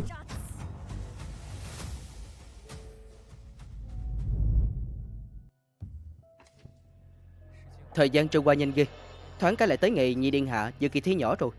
Lần này nhị điện hạ nhất định sẽ giành vị trí đầu bảng. Dạo này hoàng hậu vẫn luôn im hơi lặng tiếng. Ta cứ cảm thấy việc này hơi lạ thường, vẫn nên cẩn thận thì hơn. Tuân lệnh. Hoàng thượng sao lại đến đây vậy? Dạo này nhị hoàng tử liên tục khiến trẫm phải lau mắt mà nhìn. Hôm nay trẫm lại tới xem thử, nó còn có thể tạo ra bất ngờ gì cho trẫm nữa.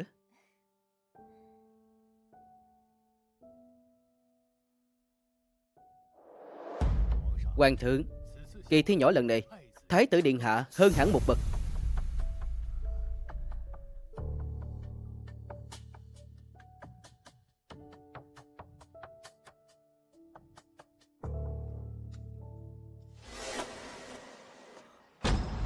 Khá lắm. Đặc sắc. Rất đặc sắc. Được hoàng thượng khen ngợi là vinh hạnh của thần thiếp và thái tử. Hoàng thượng, Thời gian qua vất vả cho hoàng hậu rồi. đây là việc thần thiếp nên làm. Kẻ có thân phận thấp kém đến cả thiên phú cũng kém hơn người khác một bậc. Cho dù có nỗ lực thế nào, chẳng qua cũng chỉ là bên ngoài, bên trong mục nát. Tối nay trẫm tới cung Khôn Ninh dùng bữa cùng hoàng hậu và thái tử. Tạ ơn hoàng thượng. Hôm nay nhi thần cũng đã xem bài văn của thái tử rồi, quả thực là đặc sắc tuyệt vời. Nhi thần tâm phục khẩu phục. Hơn nữa, gần đây thái tử như biến thành người khác vậy.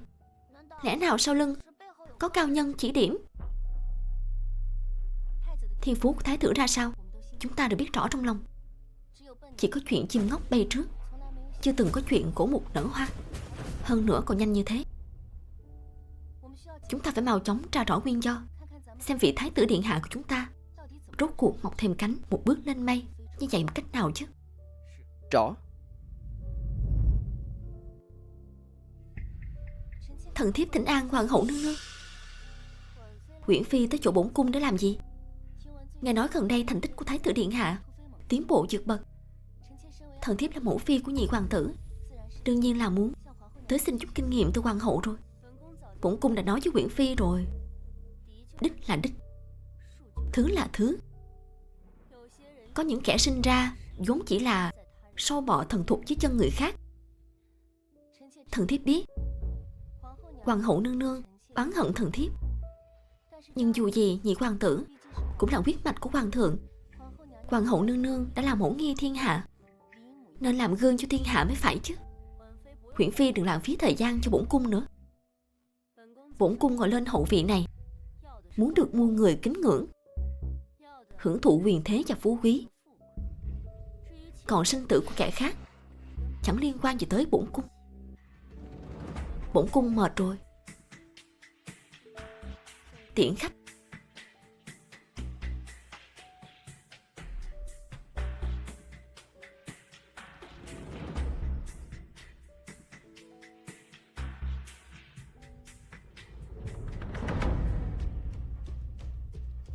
Hoàng hậu, cẩn thận hơn Thuận Quý Phi trước kia nhiều. Hôm nay bổn cung tới vốn cũng không mong hoàng hậu sẽ nói thật. Ngươi có cảm thấy cung Khôn Ninh yên tĩnh lạ thường không? Còn chẳng nghe thấy tiếng chim hót hay côn trùng kêu. Nơi gì mà đến cả sinh linh cũng không muốn tới ở vậy? Nơi tử khí lấn át sinh khí.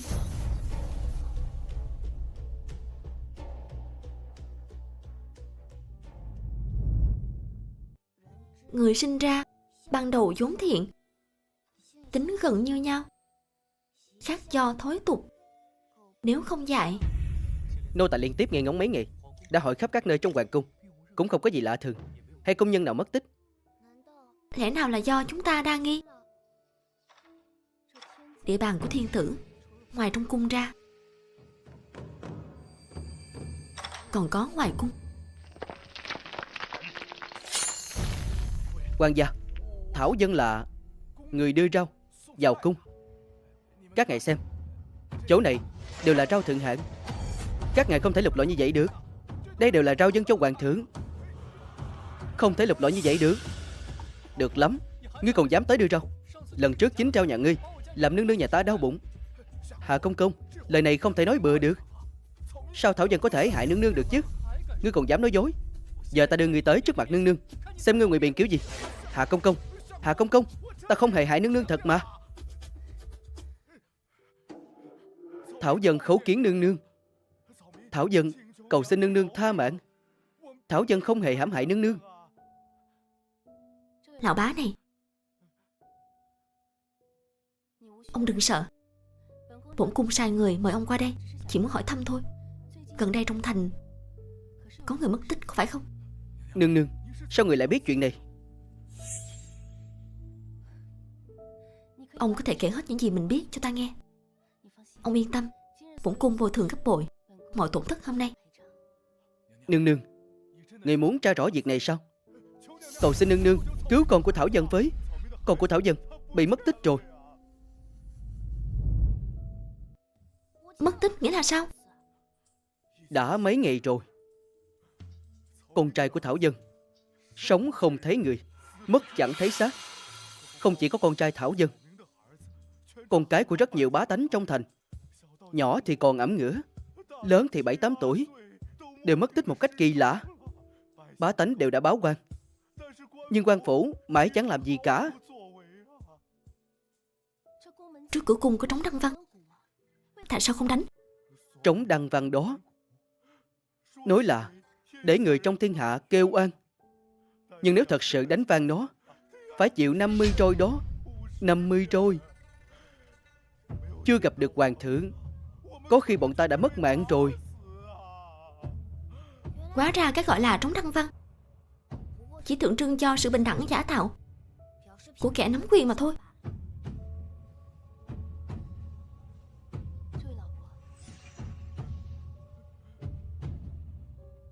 Chuyện hôm nay ông nhớ kỹ, phải kín miệng như bưng. Ông yên tâm đi, bổn cung sẽ tra rõ việc này. giải thích rõ ràng với con. Đa tạ nương nương. Đa tạ nương nương.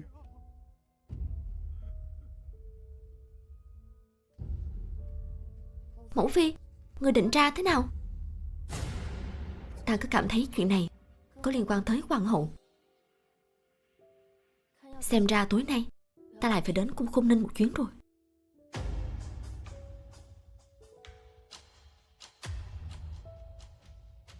Ta biết ngày tối nay là hai huynh đệ ngươi trực đêm mà. Tiểu hạ tử. Nói ra thì từ khi chúng ta chia tẩm cung, hiếm khi được tụ tập. Ê, giờ hay hôm nay ta nghỉ trực, hay là chúng ta tìm một chỗ uống rượu ngon? Nhưng mà yên tâm, chúng ta tới con hẻm bên cạnh ôn chuyện thôi, không mất bao lâu đâu. Đi đi đi.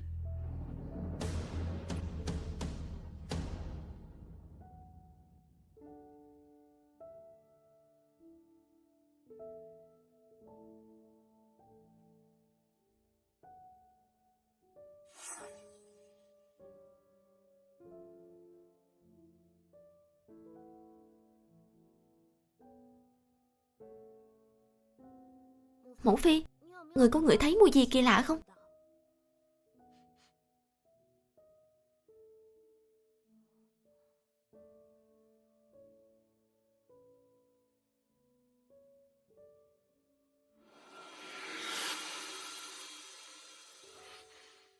Cầm lấy.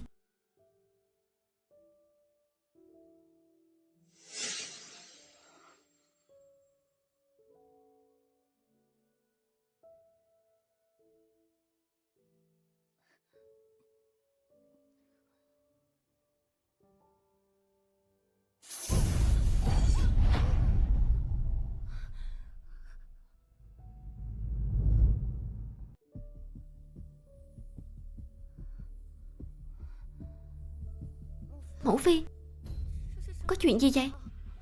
Tại sao cung Khôn Ninh lại có thi thể của trẻ con? Trước kia ở ngoài cung ta từng nghe nói có một loại bà đồng biết vu thuật, có thể lợi dụng một số phương pháp bàn môn tà đạo giúp người nhờ vả thực hiện ước mơ. Ta nghĩ hoàng hậu cũng là lén lút tìm bà đồng, lợi dụng sinh linh, đang cầu nguyện gì đó cho thái tử. Hoàng hậu vì lợi ích của bản thân lại làm hại những đứa trẻ vô tội. Bọn chúng còn nhỏ như vậy, đối mặt với sự bất công như thế, cũng chỉ những người ở đáy xã hội như chúng ta mới đồng cảm thôi.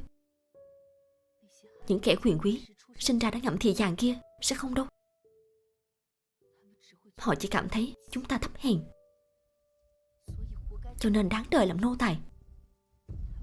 Và con rối của họ làm những thi thể trên con đường thành công của mình. Mẫu phi, một hoàng hậu, một thái tử, ngoài hoàng thượng ra không có ai dám động vào họ. Cho nên việc chúng ta phải làm là để hoàng thượng cũng bị cuốn vào trong đó.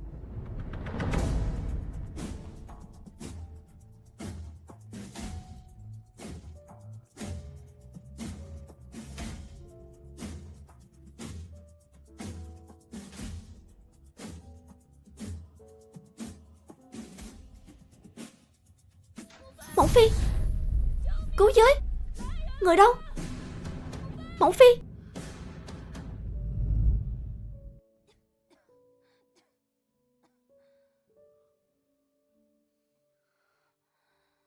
Ái phi đang yên đang lành, sao tự nhiên lại rơi xuống hồ? Hoàng thượng, tối qua Uyển phi nương nương và nhị hoàng tử đang tản bộ bên hồ, bỗng nhiên Uyển phi nương nương rơi xuống hồ, như thể sau lưng có người đẩy Uyển phi nương nương một cái vậy. Hoàng thượng, chớ nghe hạ nhân nói bậy. Thần thiếp bị bệnh nặng, vẫn xin hoàng thượng rời đi trước. Kẻ bị lây bệnh của thần thiếp, đến lúc đó. Thái y, mau!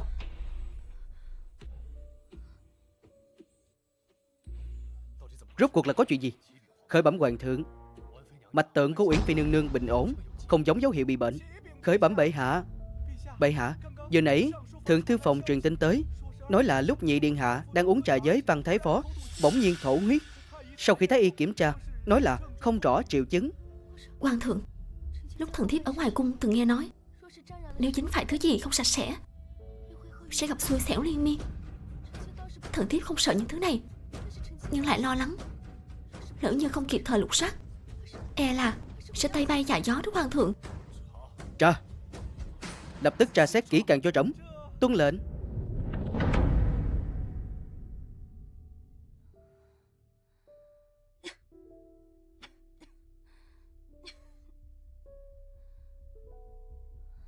Hoàng thượng đã đi rồi. Hơn nữa, nô tài nghe người trong cung nhắc với hoàng thượng về chuyện con cái bá tánh ngoài cung bị mất tích. Lần này hoàng thượng thực sự nổi giận rồi, đang dẫn theo ngự tiền thị vệ lục soát kỹ càng trong hoàng cung. Chỉ để hoàng thượng tra thôi chứ chưa đủ. Mau tung tin ra ngoài, để các triều thần nghe tin rồi hành động, lần lượt tiến cung quan sát. Chỉ có làm chuyện này ầm ĩ lên, hoàng hậu mới không thể thu dọn tàn cuộc. Rõ. Nhìn cho kỹ. Hoàng hậu nương nương, không hay rồi. Hoàng thượng tự dẫn người lục soát tẩm cung, sắp đến chỗ chúng ta rồi. Cái gì? Chuyện lớn như vậy, tại sao bây giờ mới báo? Lần này hoàng thượng thì dẫn người điều tra, nói là sợ có người trong cung làm chuyện gì không sạch sẽ. Dưới long uy của hoàng thượng, người của các tẩm cung đều không dám truyền tin ra ngoài. Mẫu hậu, chúng ta phải mau chóng tiêu hủy những thứ trong viện kia đi, nếu không đợi phụ hoàng dẫn người tới. Hoàng thượng giá lâm. Giờ e là không kịp nữa rồi.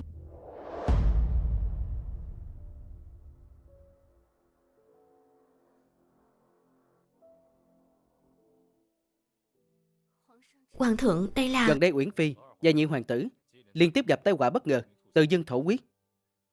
Trẫm nghi ngờ có người ở trong cung này sử dụng vu thuật bị cấm.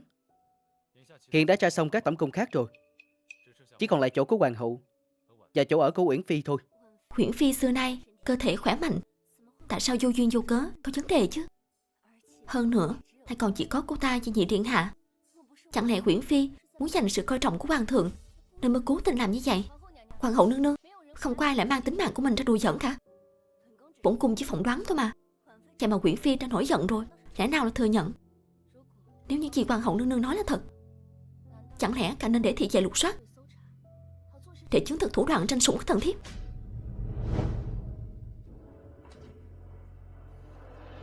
Lục soát?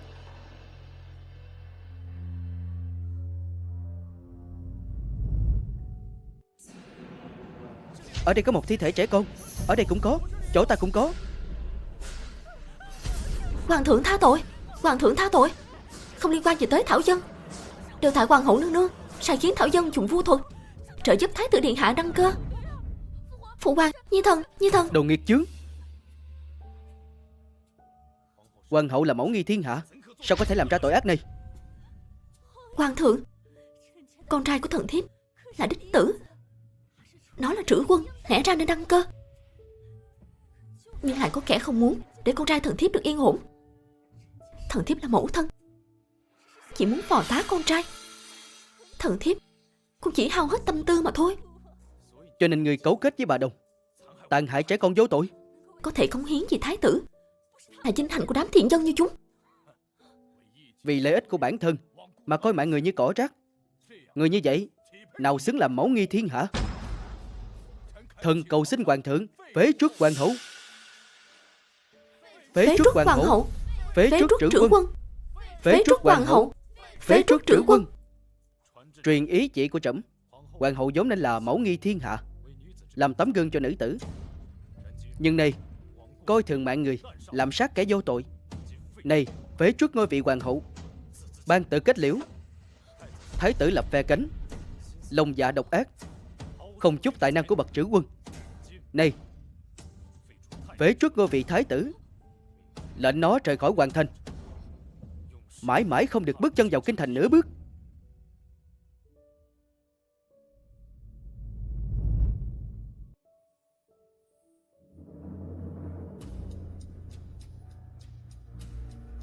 Ngươi quả nhiên tới tiện bổn cung chặn cuối. Thiện ác tất có báo ứng.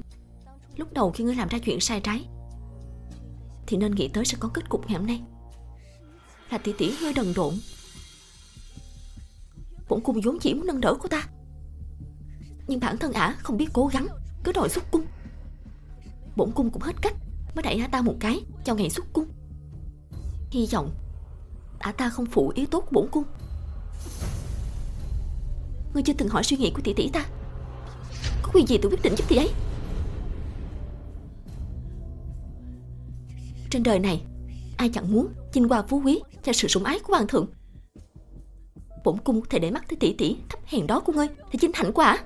Trên đời này quả thực không thiếu người hám lợi như ngươi. Nhưng không phải ai cũng giống như ngươi. Trong lòng chỉ có quyền, trong mắt chỉ có lợi. Thứ tỷ tỷ ta muốn chưa bao giờ là những thứ này. Tỷ tỷ ta chỉ muốn một thân phận tự do, rồi cùng ta ăn hưởng quãng đời còn lại. Huyễn Phi nương nương đã treo xong dạ trắng rồi. Nói không hợp thì nửa câu cũng nhiều. Ta nghĩ ta với ngươi cũng chẳng còn gì để nói nữa. Mau lôi ả ta dậy. Đỡ lên đi. Bổn cung là hoàng hậu, ai dám động cho bổn cung. Bổn cung là hoàng hậu, ai dám động cho bổn cung. Đừng mà, buông ra. Vừa nãy ngươi nói chính ngươi đẩy tỷ tỷ ta một cái. Vậy thì bây giờ đến lượt ta đẩy ngươi một cái rồi. Ta muốn để ngươi cũng nếm thử mùi vị bị người khác nắm giữ tính mạng.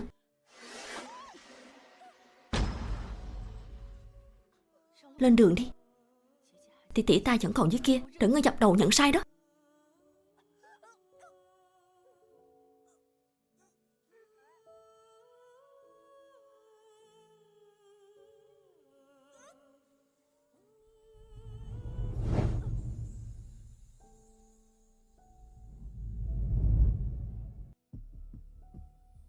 Hôm nay mạnh tướng thật oai phong.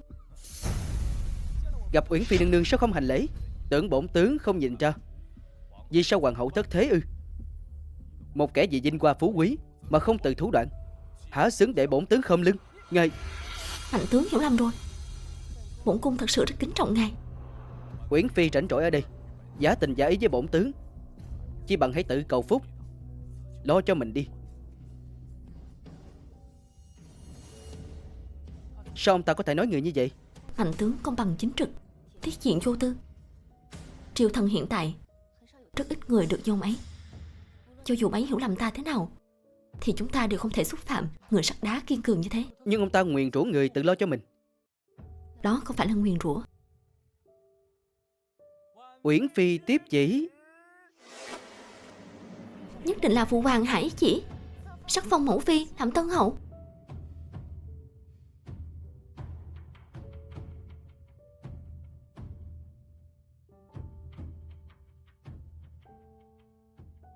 Phụng Thiên thừa dẫn, hoàng đế chiếu giết. Uyển Phi hiền thục cẩn trọng, chăm chỉ diệu hiền, sắc phong làm hoàng quý phi. Khâm thử.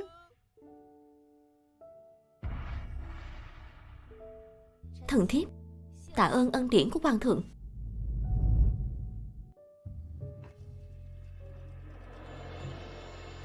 Mẫu phi chín chắn điềm tĩnh, học rộng tài cao. Tại sao phụ hoàng chỉ ban cho người làm hoàng quý phi, không phải là hoàng hậu? Cho dù ta nỗ lực thế nào, trong lòng hoàng thượng đến cùng ta vẫn là một cung nữ, một nô tỳ. Tuy rằng hoàng thượng chưa từng nói ra lời này, nhưng đây là sự thật mà ngài ấy đã nhận định. Ý mẫu phi là suy nghĩ của phụ hoàng giống hoàng hậu. Hoàng thượng nghĩ gì không quan trọng. Kể từ ngày ta tiến cung, thứ ta muốn leo lên chưa bao giờ là hậu vị đó.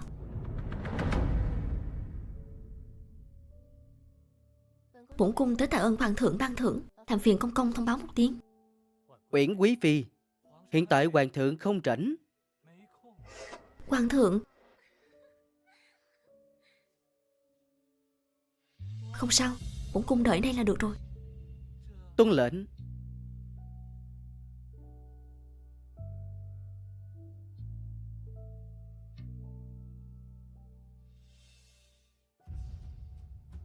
Trẫm nhớ Uyển quý phi vẫn còn ở bên ngoài, cho nàng ấy vào đi.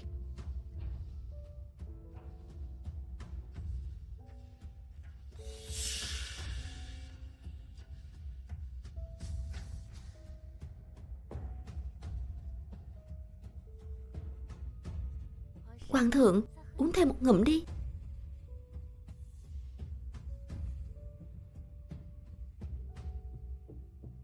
Thần thiếp tham kiến hoàng thượng.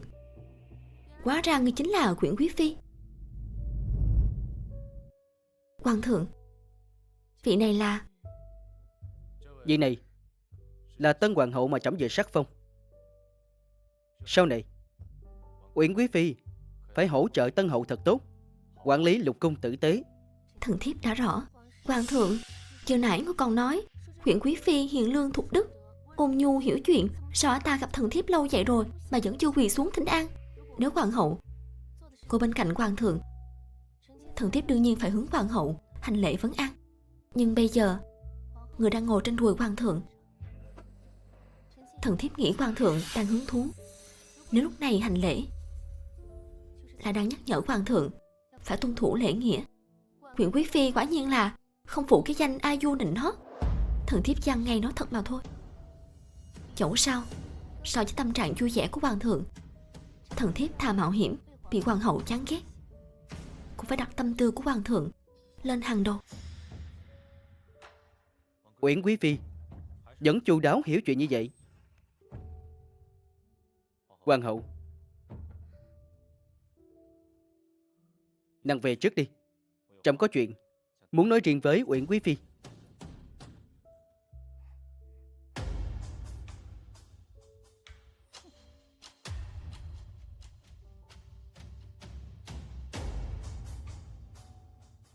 Lại đây.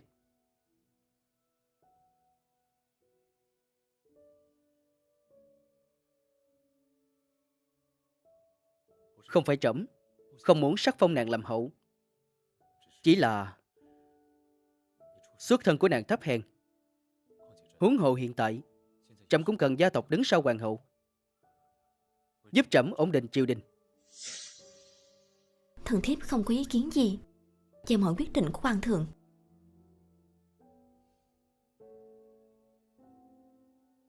Lần này ta không cần thứ mà người khác ban phát, mà muốn để mình tự tay giành lấy.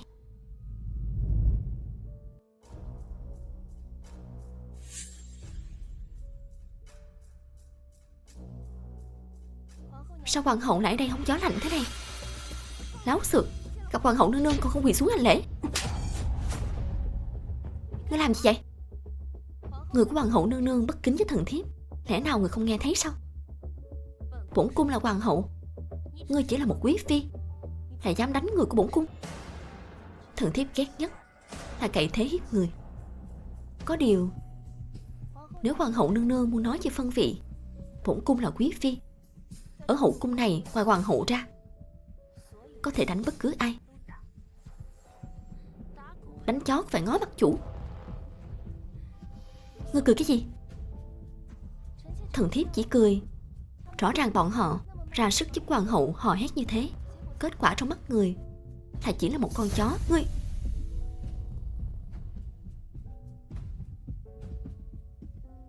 Hoàng hậu nương nương, Uyển phi quá ngông cuồng rồi. Dội gì chứ, bổn cung trẻ hơn hả? Mang lại cảm giác mới mẻ cho hoàng thượng hơn. Bổn cung sẽ từ từ đoạt hết thánh sủng của hoàng thượng, giành chỏa về.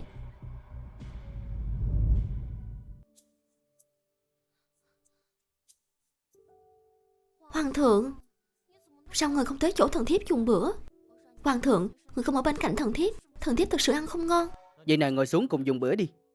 Uyển quý phi sẽ không để ý đâu.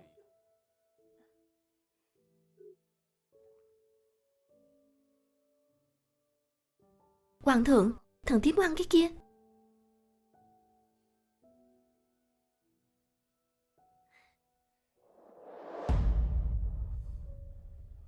Hoàng thượng, người nếm thử cái này đi.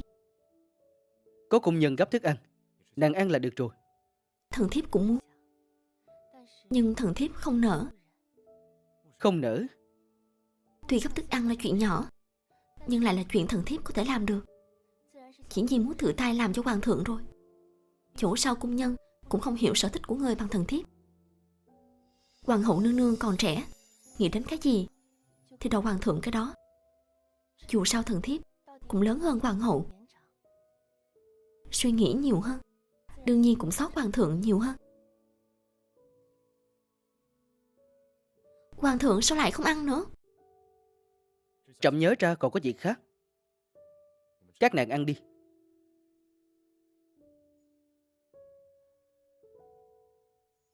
Tối nay trẫm tới chỗ nàng. Thần thiếp cung tiễn hoàng thượng. Hoàng thượng đợi thần thiếp với. Mẫu phi, người thuận theo phụ hoàng như vậy, lẽ nào định nước chảy bèo trôi sao? Không, ta đang tranh thủ thứ mà ta muốn. Hoàng thượng, hoàng hậu nương nương, hoàng thượng đợi thần thiếp với. Hoàng hậu nương nương cẩn thận đó, hoàng thượng đã đi xa rồi. Huyện quý phi có tiện nhân, ta xuất thân nô tỳ, có gì đắc ý chứ? Bổn cung nhớ lúc người tiến cung đã mang thứ đó vào cung. Hoàng hậu nương nương không được đâu. Nếu thật sự dùng thứ đó, một khi bị người ta tra ra, sẽ có chuyện lớn đó. Sợ gì chứ? Bổn cung là hoàng hậu, cho dù họ biết thì làm được gì? Hơn nữa, chỉ có dùng thứ đó, bổn cung mới đoạt lại hết sự sủng ái của hoàng thượng được.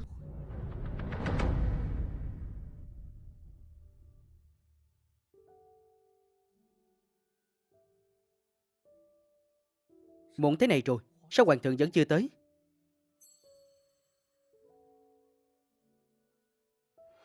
Uyển quý phi, không cần đợi nữa. Tối nay hoàng thượng giữ hoàng hậu nương nương ở lại ngự tiền hầu hạ rồi.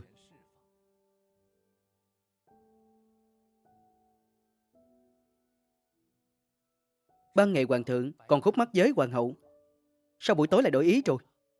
Hơn nữa, hoàng thượng chưa bao giờ giữ tần phi hậu cung ở lại ngự tiền cả. Chuyện lạ thường có ẩn tình. Bất kể cô ta làm gì, chúng ta đều sẽ tìm ra cái đuôi cáo của cô ta.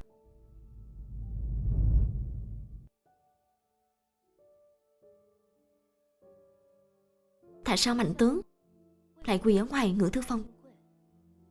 Tiên hoàng hậu sát hại hai đồng, liên lụy rất nhiều quan viên.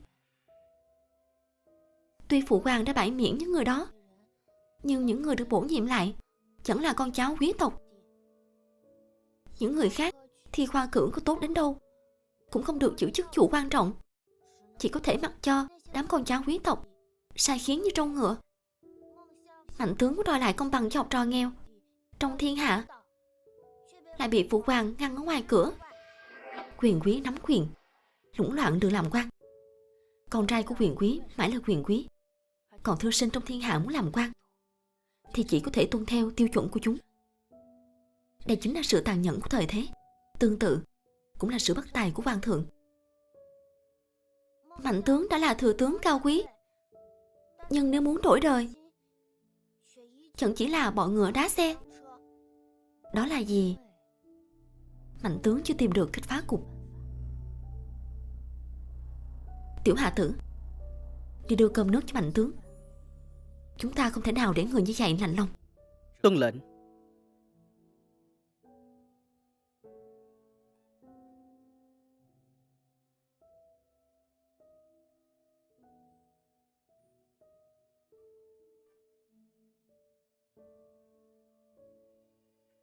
Thừa tướng, là ai sai người tới?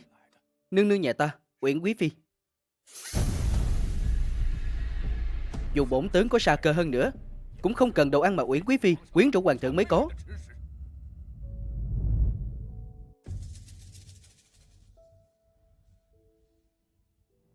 Thần thiếp tham kiến hoàng thượng. Hoàng hậu nương nương. Uyển quý phi tới thật đúng lúc. Trẫm đang cùng hoàng hậu bàn chuyện xây dựng một số kỳ quan dị cảnh ở ngự hoa viên này. Uyển quý phi có gợi ý gì không? Hoàng thượng, thần thiếp hiểu biết rất ít về kỳ quan dị cảnh. Có điều lúc thần thiếp vừa tới đây, trông thấy Mạnh thừa tướng đang quỳ ở ngoài ngự thư phòng. Lão già cố chấp đó. Ông ấy thích quỳ thì cứ để ông ta quỳ đi. Bổn cung nghe nói Mạnh tướng phế bỏ quý tộc, đổi mới quan trường, muốn cho con em nhà nghèo một cơ hội. Lũ nghèo khó đó chẳng qua chỉ là đám hạ đẳng tự đặt cho mình cái tên êm tai thôi. Có điều Uyển quý phi chắc đồng tình sâu sắc với đám con em nghèo khó đó ha. Dẫu sao trước kia Uyển quý phi cũng là một nô tỳ, nhà nghèo vượt khó, chỉ cần là người ôm chí lớn, bụng đầy kinh luân, cho dù nghèo giàu sang hèn, đều nên nhận được sự coi trọng bình đẳng. Nàng đang dạy dỗ trẫm sao? Thần thiếp không dám. Trẫm mệt rồi. Hoàng hậu, đưa trẫm về tẩm cung đi.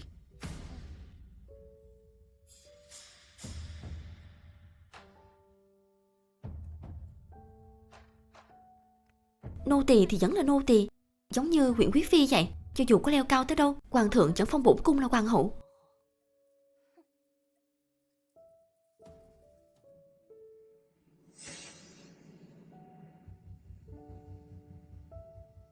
Mùi son phấn trên người hoàng hậu nương nương sao lại nồng vậy? Hương liệu thần phi hậu cung dùng cũng chỉ có mấy loại đó. Đúng là không có mùi hương giống của cô ta. Lúc trước gặp cô ta cũng đâu ngửi thấy mùi này trên người cô ta. Đi gọi già chị Thái Y tới đây. Chúng ta phải nhanh chóng biết được rốt cuộc chị thân hậu này có chiêu trò gì.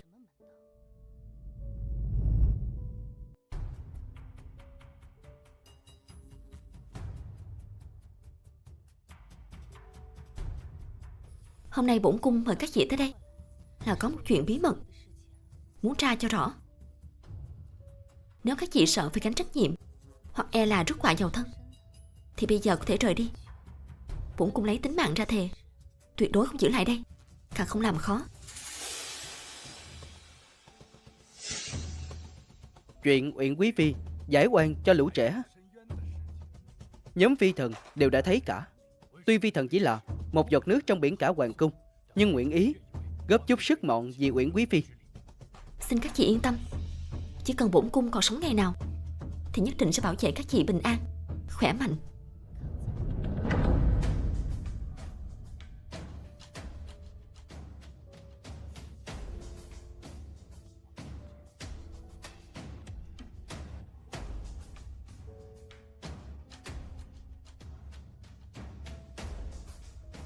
Quý phi,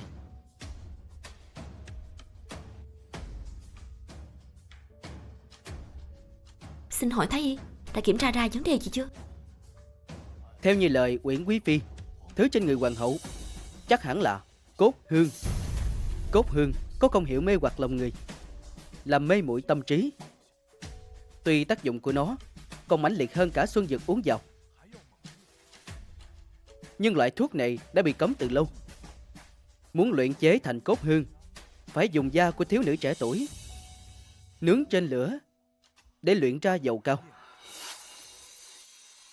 Hoàng hậu lại dùng thứ này, phải nói cho phụ hoàng biết. Cho dù nói cho hoàng thượng biết, ngài ấy là phế bỏ hoàng hậu thôi, nhưng chẳng mấy chốc lại sẽ có nữ tử quyền quý khác được đưa vào cung. Những kẻ quyền quý đó đều giống nhau, không coi bá tánh ra gì, coi mạng người như trò đùa. Cứ vậy chỉ tạo thành dòng tuần hoàn ác tính. Vậy mẫu phi định làm thế nào?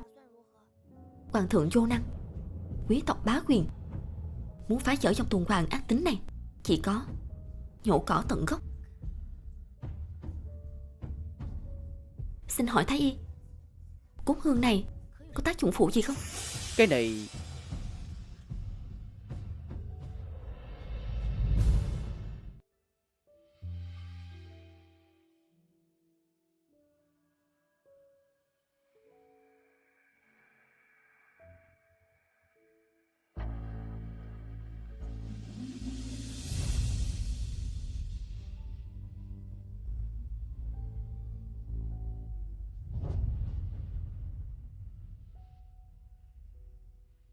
Uyển quý phi tới chế giễu bổn tướng sao? Không, bổn cung tới để trợ quy cho mạnh tướng.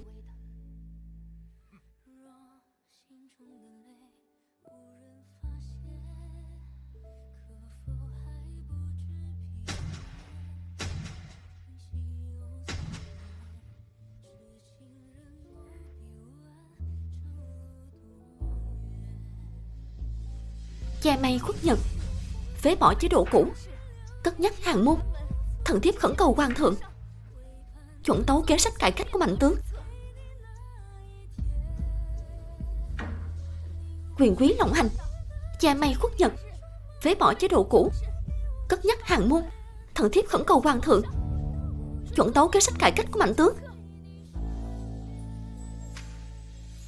quyền quý lộng hành, cha mày khuất nhật, phế bỏ chế độ cũ, cất nhắc hàng môn. Thần thiếp khẩn cầu hoàng thượng chuẩn tấu cái sách cải cách của Mạnh tướng. Di thần tham kiến Uyển quý phi. Di thần khấu tạ Uyển quý phi.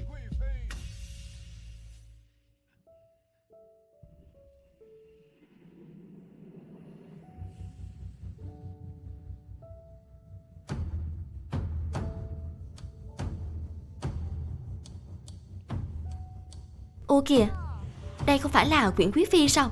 Đúng là biết diễn trò khổ nhục kế. Nhưng hoàng thượng không trúng chiêu này của ngươi đâu. Hoàng thượng nói rồi, nếu ngươi còn dám gây sự vô lý như vậy, ngài nhất định không tha cho ngươi. Hoàng hậu nương nương không cần hả hê như vậy. Chẳng mấy chốc là người sẽ khóc lóc bị đưa ra ngoài đó.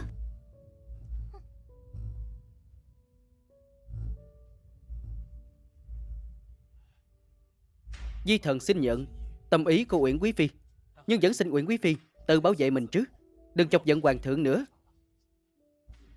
Bổn cung muốn hoàng thượng lửa giận công tâm. Hoàng thượng,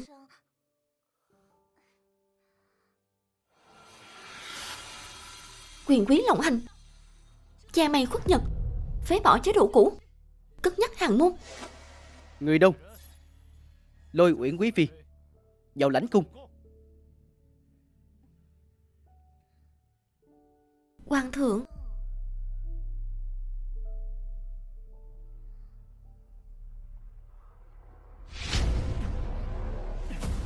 hoàng thượng, hoàng thượng, là sao vậy?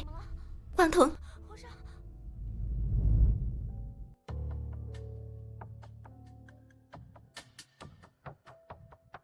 Hoàng thượng khí huyết suy kiệt, do chính khí muốn thoát ra gây nên. láo xược, ngươi lại dám quyền rủa hoàng thượng?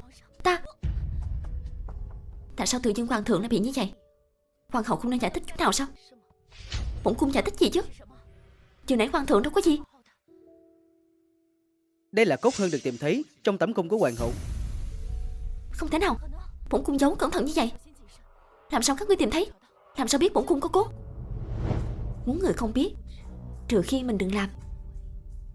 Hoàng hậu nương nương dám dùng loại bàn môn tà đạo này trong cung, khiến tính mạng của hoàng thượng nguy kịch, cũng đã đủ mất đầu ngay. Tru di cửu tộc.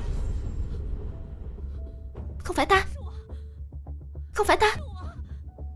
Bổn cung đã nói ngươi sẽ khóc lóc mà ra đi rồi. Là ngươi, ngươi hãm hại ta.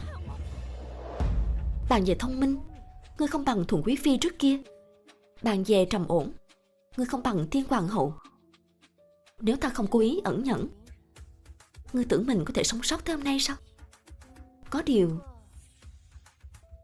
hoàng hậu nương nương quả thực là một thanh lợi kiếm dễ dùng.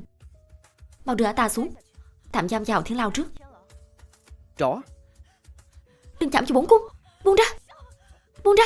Không phải ta, bỏ ra. Thái y cũng đã rõ tình hình bây giờ của hoàng thượng rồi. Xin sau khi Thái y về Thái y viện, mau chóng bảo diện phán đưa tin tức cho các vị triều thần, nhanh chóng tiến cung. Rõ.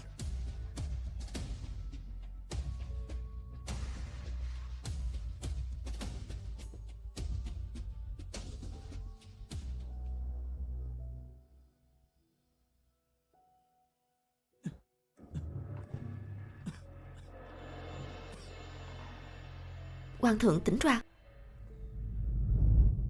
Hoàng thượng tỉnh ra. Trẫm làm sao vậy? Hoàng hậu lén lút sử dụng cốt hương câu dẫn hoàng thượng, dẫn đến hoàng thượng suy kiệt khí huyết, chính khí muốn thoát ra, không sống được bao lâu. Lẽ ra hoàng thượng không nên ngạc nhiên khi hoàng hậu nương nương lén dùng cấm dược, mà nên ngạc nhiên vì thần thiếp đã biết chuyện này từ lâu. Vậy tại sao ngươi không nói sớm? Hoàng hậu tình sâu nghĩa nặng với người, chỉ nhiên thần thiếp phải tác thành rồi. Cho dù hoàng thượng không bị hoàng hậu nương nương mê hoặc, nhưng trên triều chính cũng bất tài vô dụng, mặc kệ quyền quý lũng loạn quan trường, bá chiếm đường làm quan. Người nói gì cơ?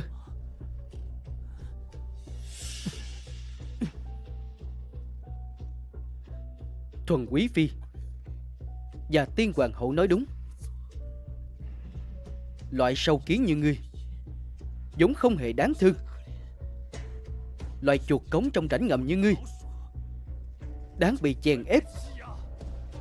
Chính trị của hoàng thất như các người tự cho mình là thanh cao, mà chia con người thành 3-7 loại, mới có những kẻ như sâu kiến trong miệng các người là bọn ta đó. Nhưng các người cũng quên rồi, bọn ta và các người đều là con người, nhưng các người lại tước đoạt tự do và tôn nghiêm của bọn ta, thậm chí là sinh tử của bọn ta. Láo xược. Người đâu? Người đâu? Hoàng thượng yên tâm đi, sẽ không có ai tới đâu. Bởi vì những người đã chịu đủ bất công như họ cũng giống như thần thiếp, hy vọng có được công bằng thuộc về mình. Trẫm đối xử với ngươi không tệ, sao ngươi dám? Từ ngày đầu thần thiếp vào cung, thứ thần thiếp muốn chưa bao giờ là thứ tình yêu kia. Huống hồ khi ở ngoài cung, thần thiếp đã chứng kiến quá nhiều sự bất công phi pháp, thế thái nhân tình lạnh lẽo, nên mới trao thân bên cạnh hoàng thượng. Thứ thần thiếp muốn chưa bao giờ là hậu vị, mà là hoàng vị. Ngươi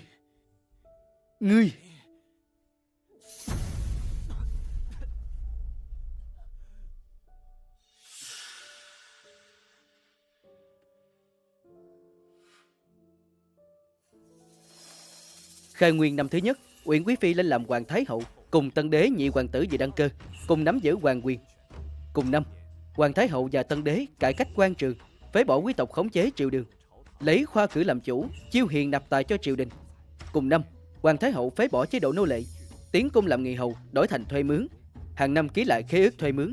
Khai nguyên năm thứ ba, hoàng thái hậu mở cửa buôn bán cho bá tánh, chú trọng làm nông. Khai nguyên năm thứ năm, hoàng thái hậu mở trường tư thục cho nữ tử, ủng hộ nữ tử nhập cung làm quan. Vi thần khấu kiến hoàng thượng, hoàng thái hậu.